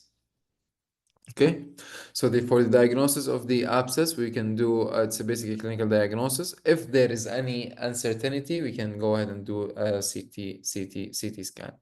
Abscess management is usually gold standard is incision and drainage with packing. Antibiotics are only indicated in certain situations such as in sepsis or cellulitis. Now, this is, I assume it's the last question. A 46-year-old man presents with intermittent painless rectal bleeding during bowel movement, seeing bright red blood on the toilet paper.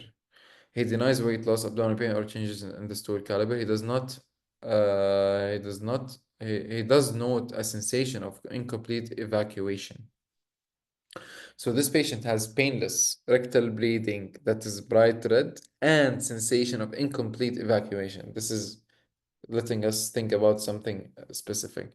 On examination, there is no visible or palpable or mass. Digital rectal examination is normal. So a patient with painless per rectum bleeding and sensation of incomplete emptying, we would be basically highly suspecting that it would be an internal hemorrhoid. Why? Because anal fissure, they would result in painful rectal bleeding. External hemorrhoids are basically visible from outside, and they're very, very, very painful. So that's why we can exclude B and A. Perianal abscess and fistula. Abscess would result in pain during sitting, abnormal vital signs, increased fever, leukocytosis. Perianal fistula would basically result in an increase in discharge. We wouldn't see much of the incomplete evacuation, sense of incomplete evacuation, and regarding the intermittent painless rectal bleeding as well. So in perianal abscess and fistula, I don't think that there might be, however, it's not very like suggestive of perianal fistula or perianal abscess. So regarding the hemorrhoids, we have internal and we have external. External probably are outside, and then they get thrombosed. Once they get thrombosed, we have to surgically excise them. So clinical inspection prolapse time, if purple means that they are thrombosed. So for the management is basically mainly weight loss, sitz bath, lidocaine cream, and toilet habits. If it is internal hemorrhoids and we do these and they don't improve, we can consider doing things like rubber band ligation, surgery, or sclerotherapy. And this concludes our session. Thank you guys so much, and I wish you the best of luck. I did not put my email here, however, I'll put it on the slide and make sure to send it to you. Please, please, please, please don't hesitate to contact me or Ghazi for any help, any advice, any question, or anything that was not very clear in the video and you want us to clarify it even more. Okay? We both like GI a lot, which is why we're doing this to help you guys as well. So best of luck, and inshallah ala ma ta'aliyah. Assalamu alaikum.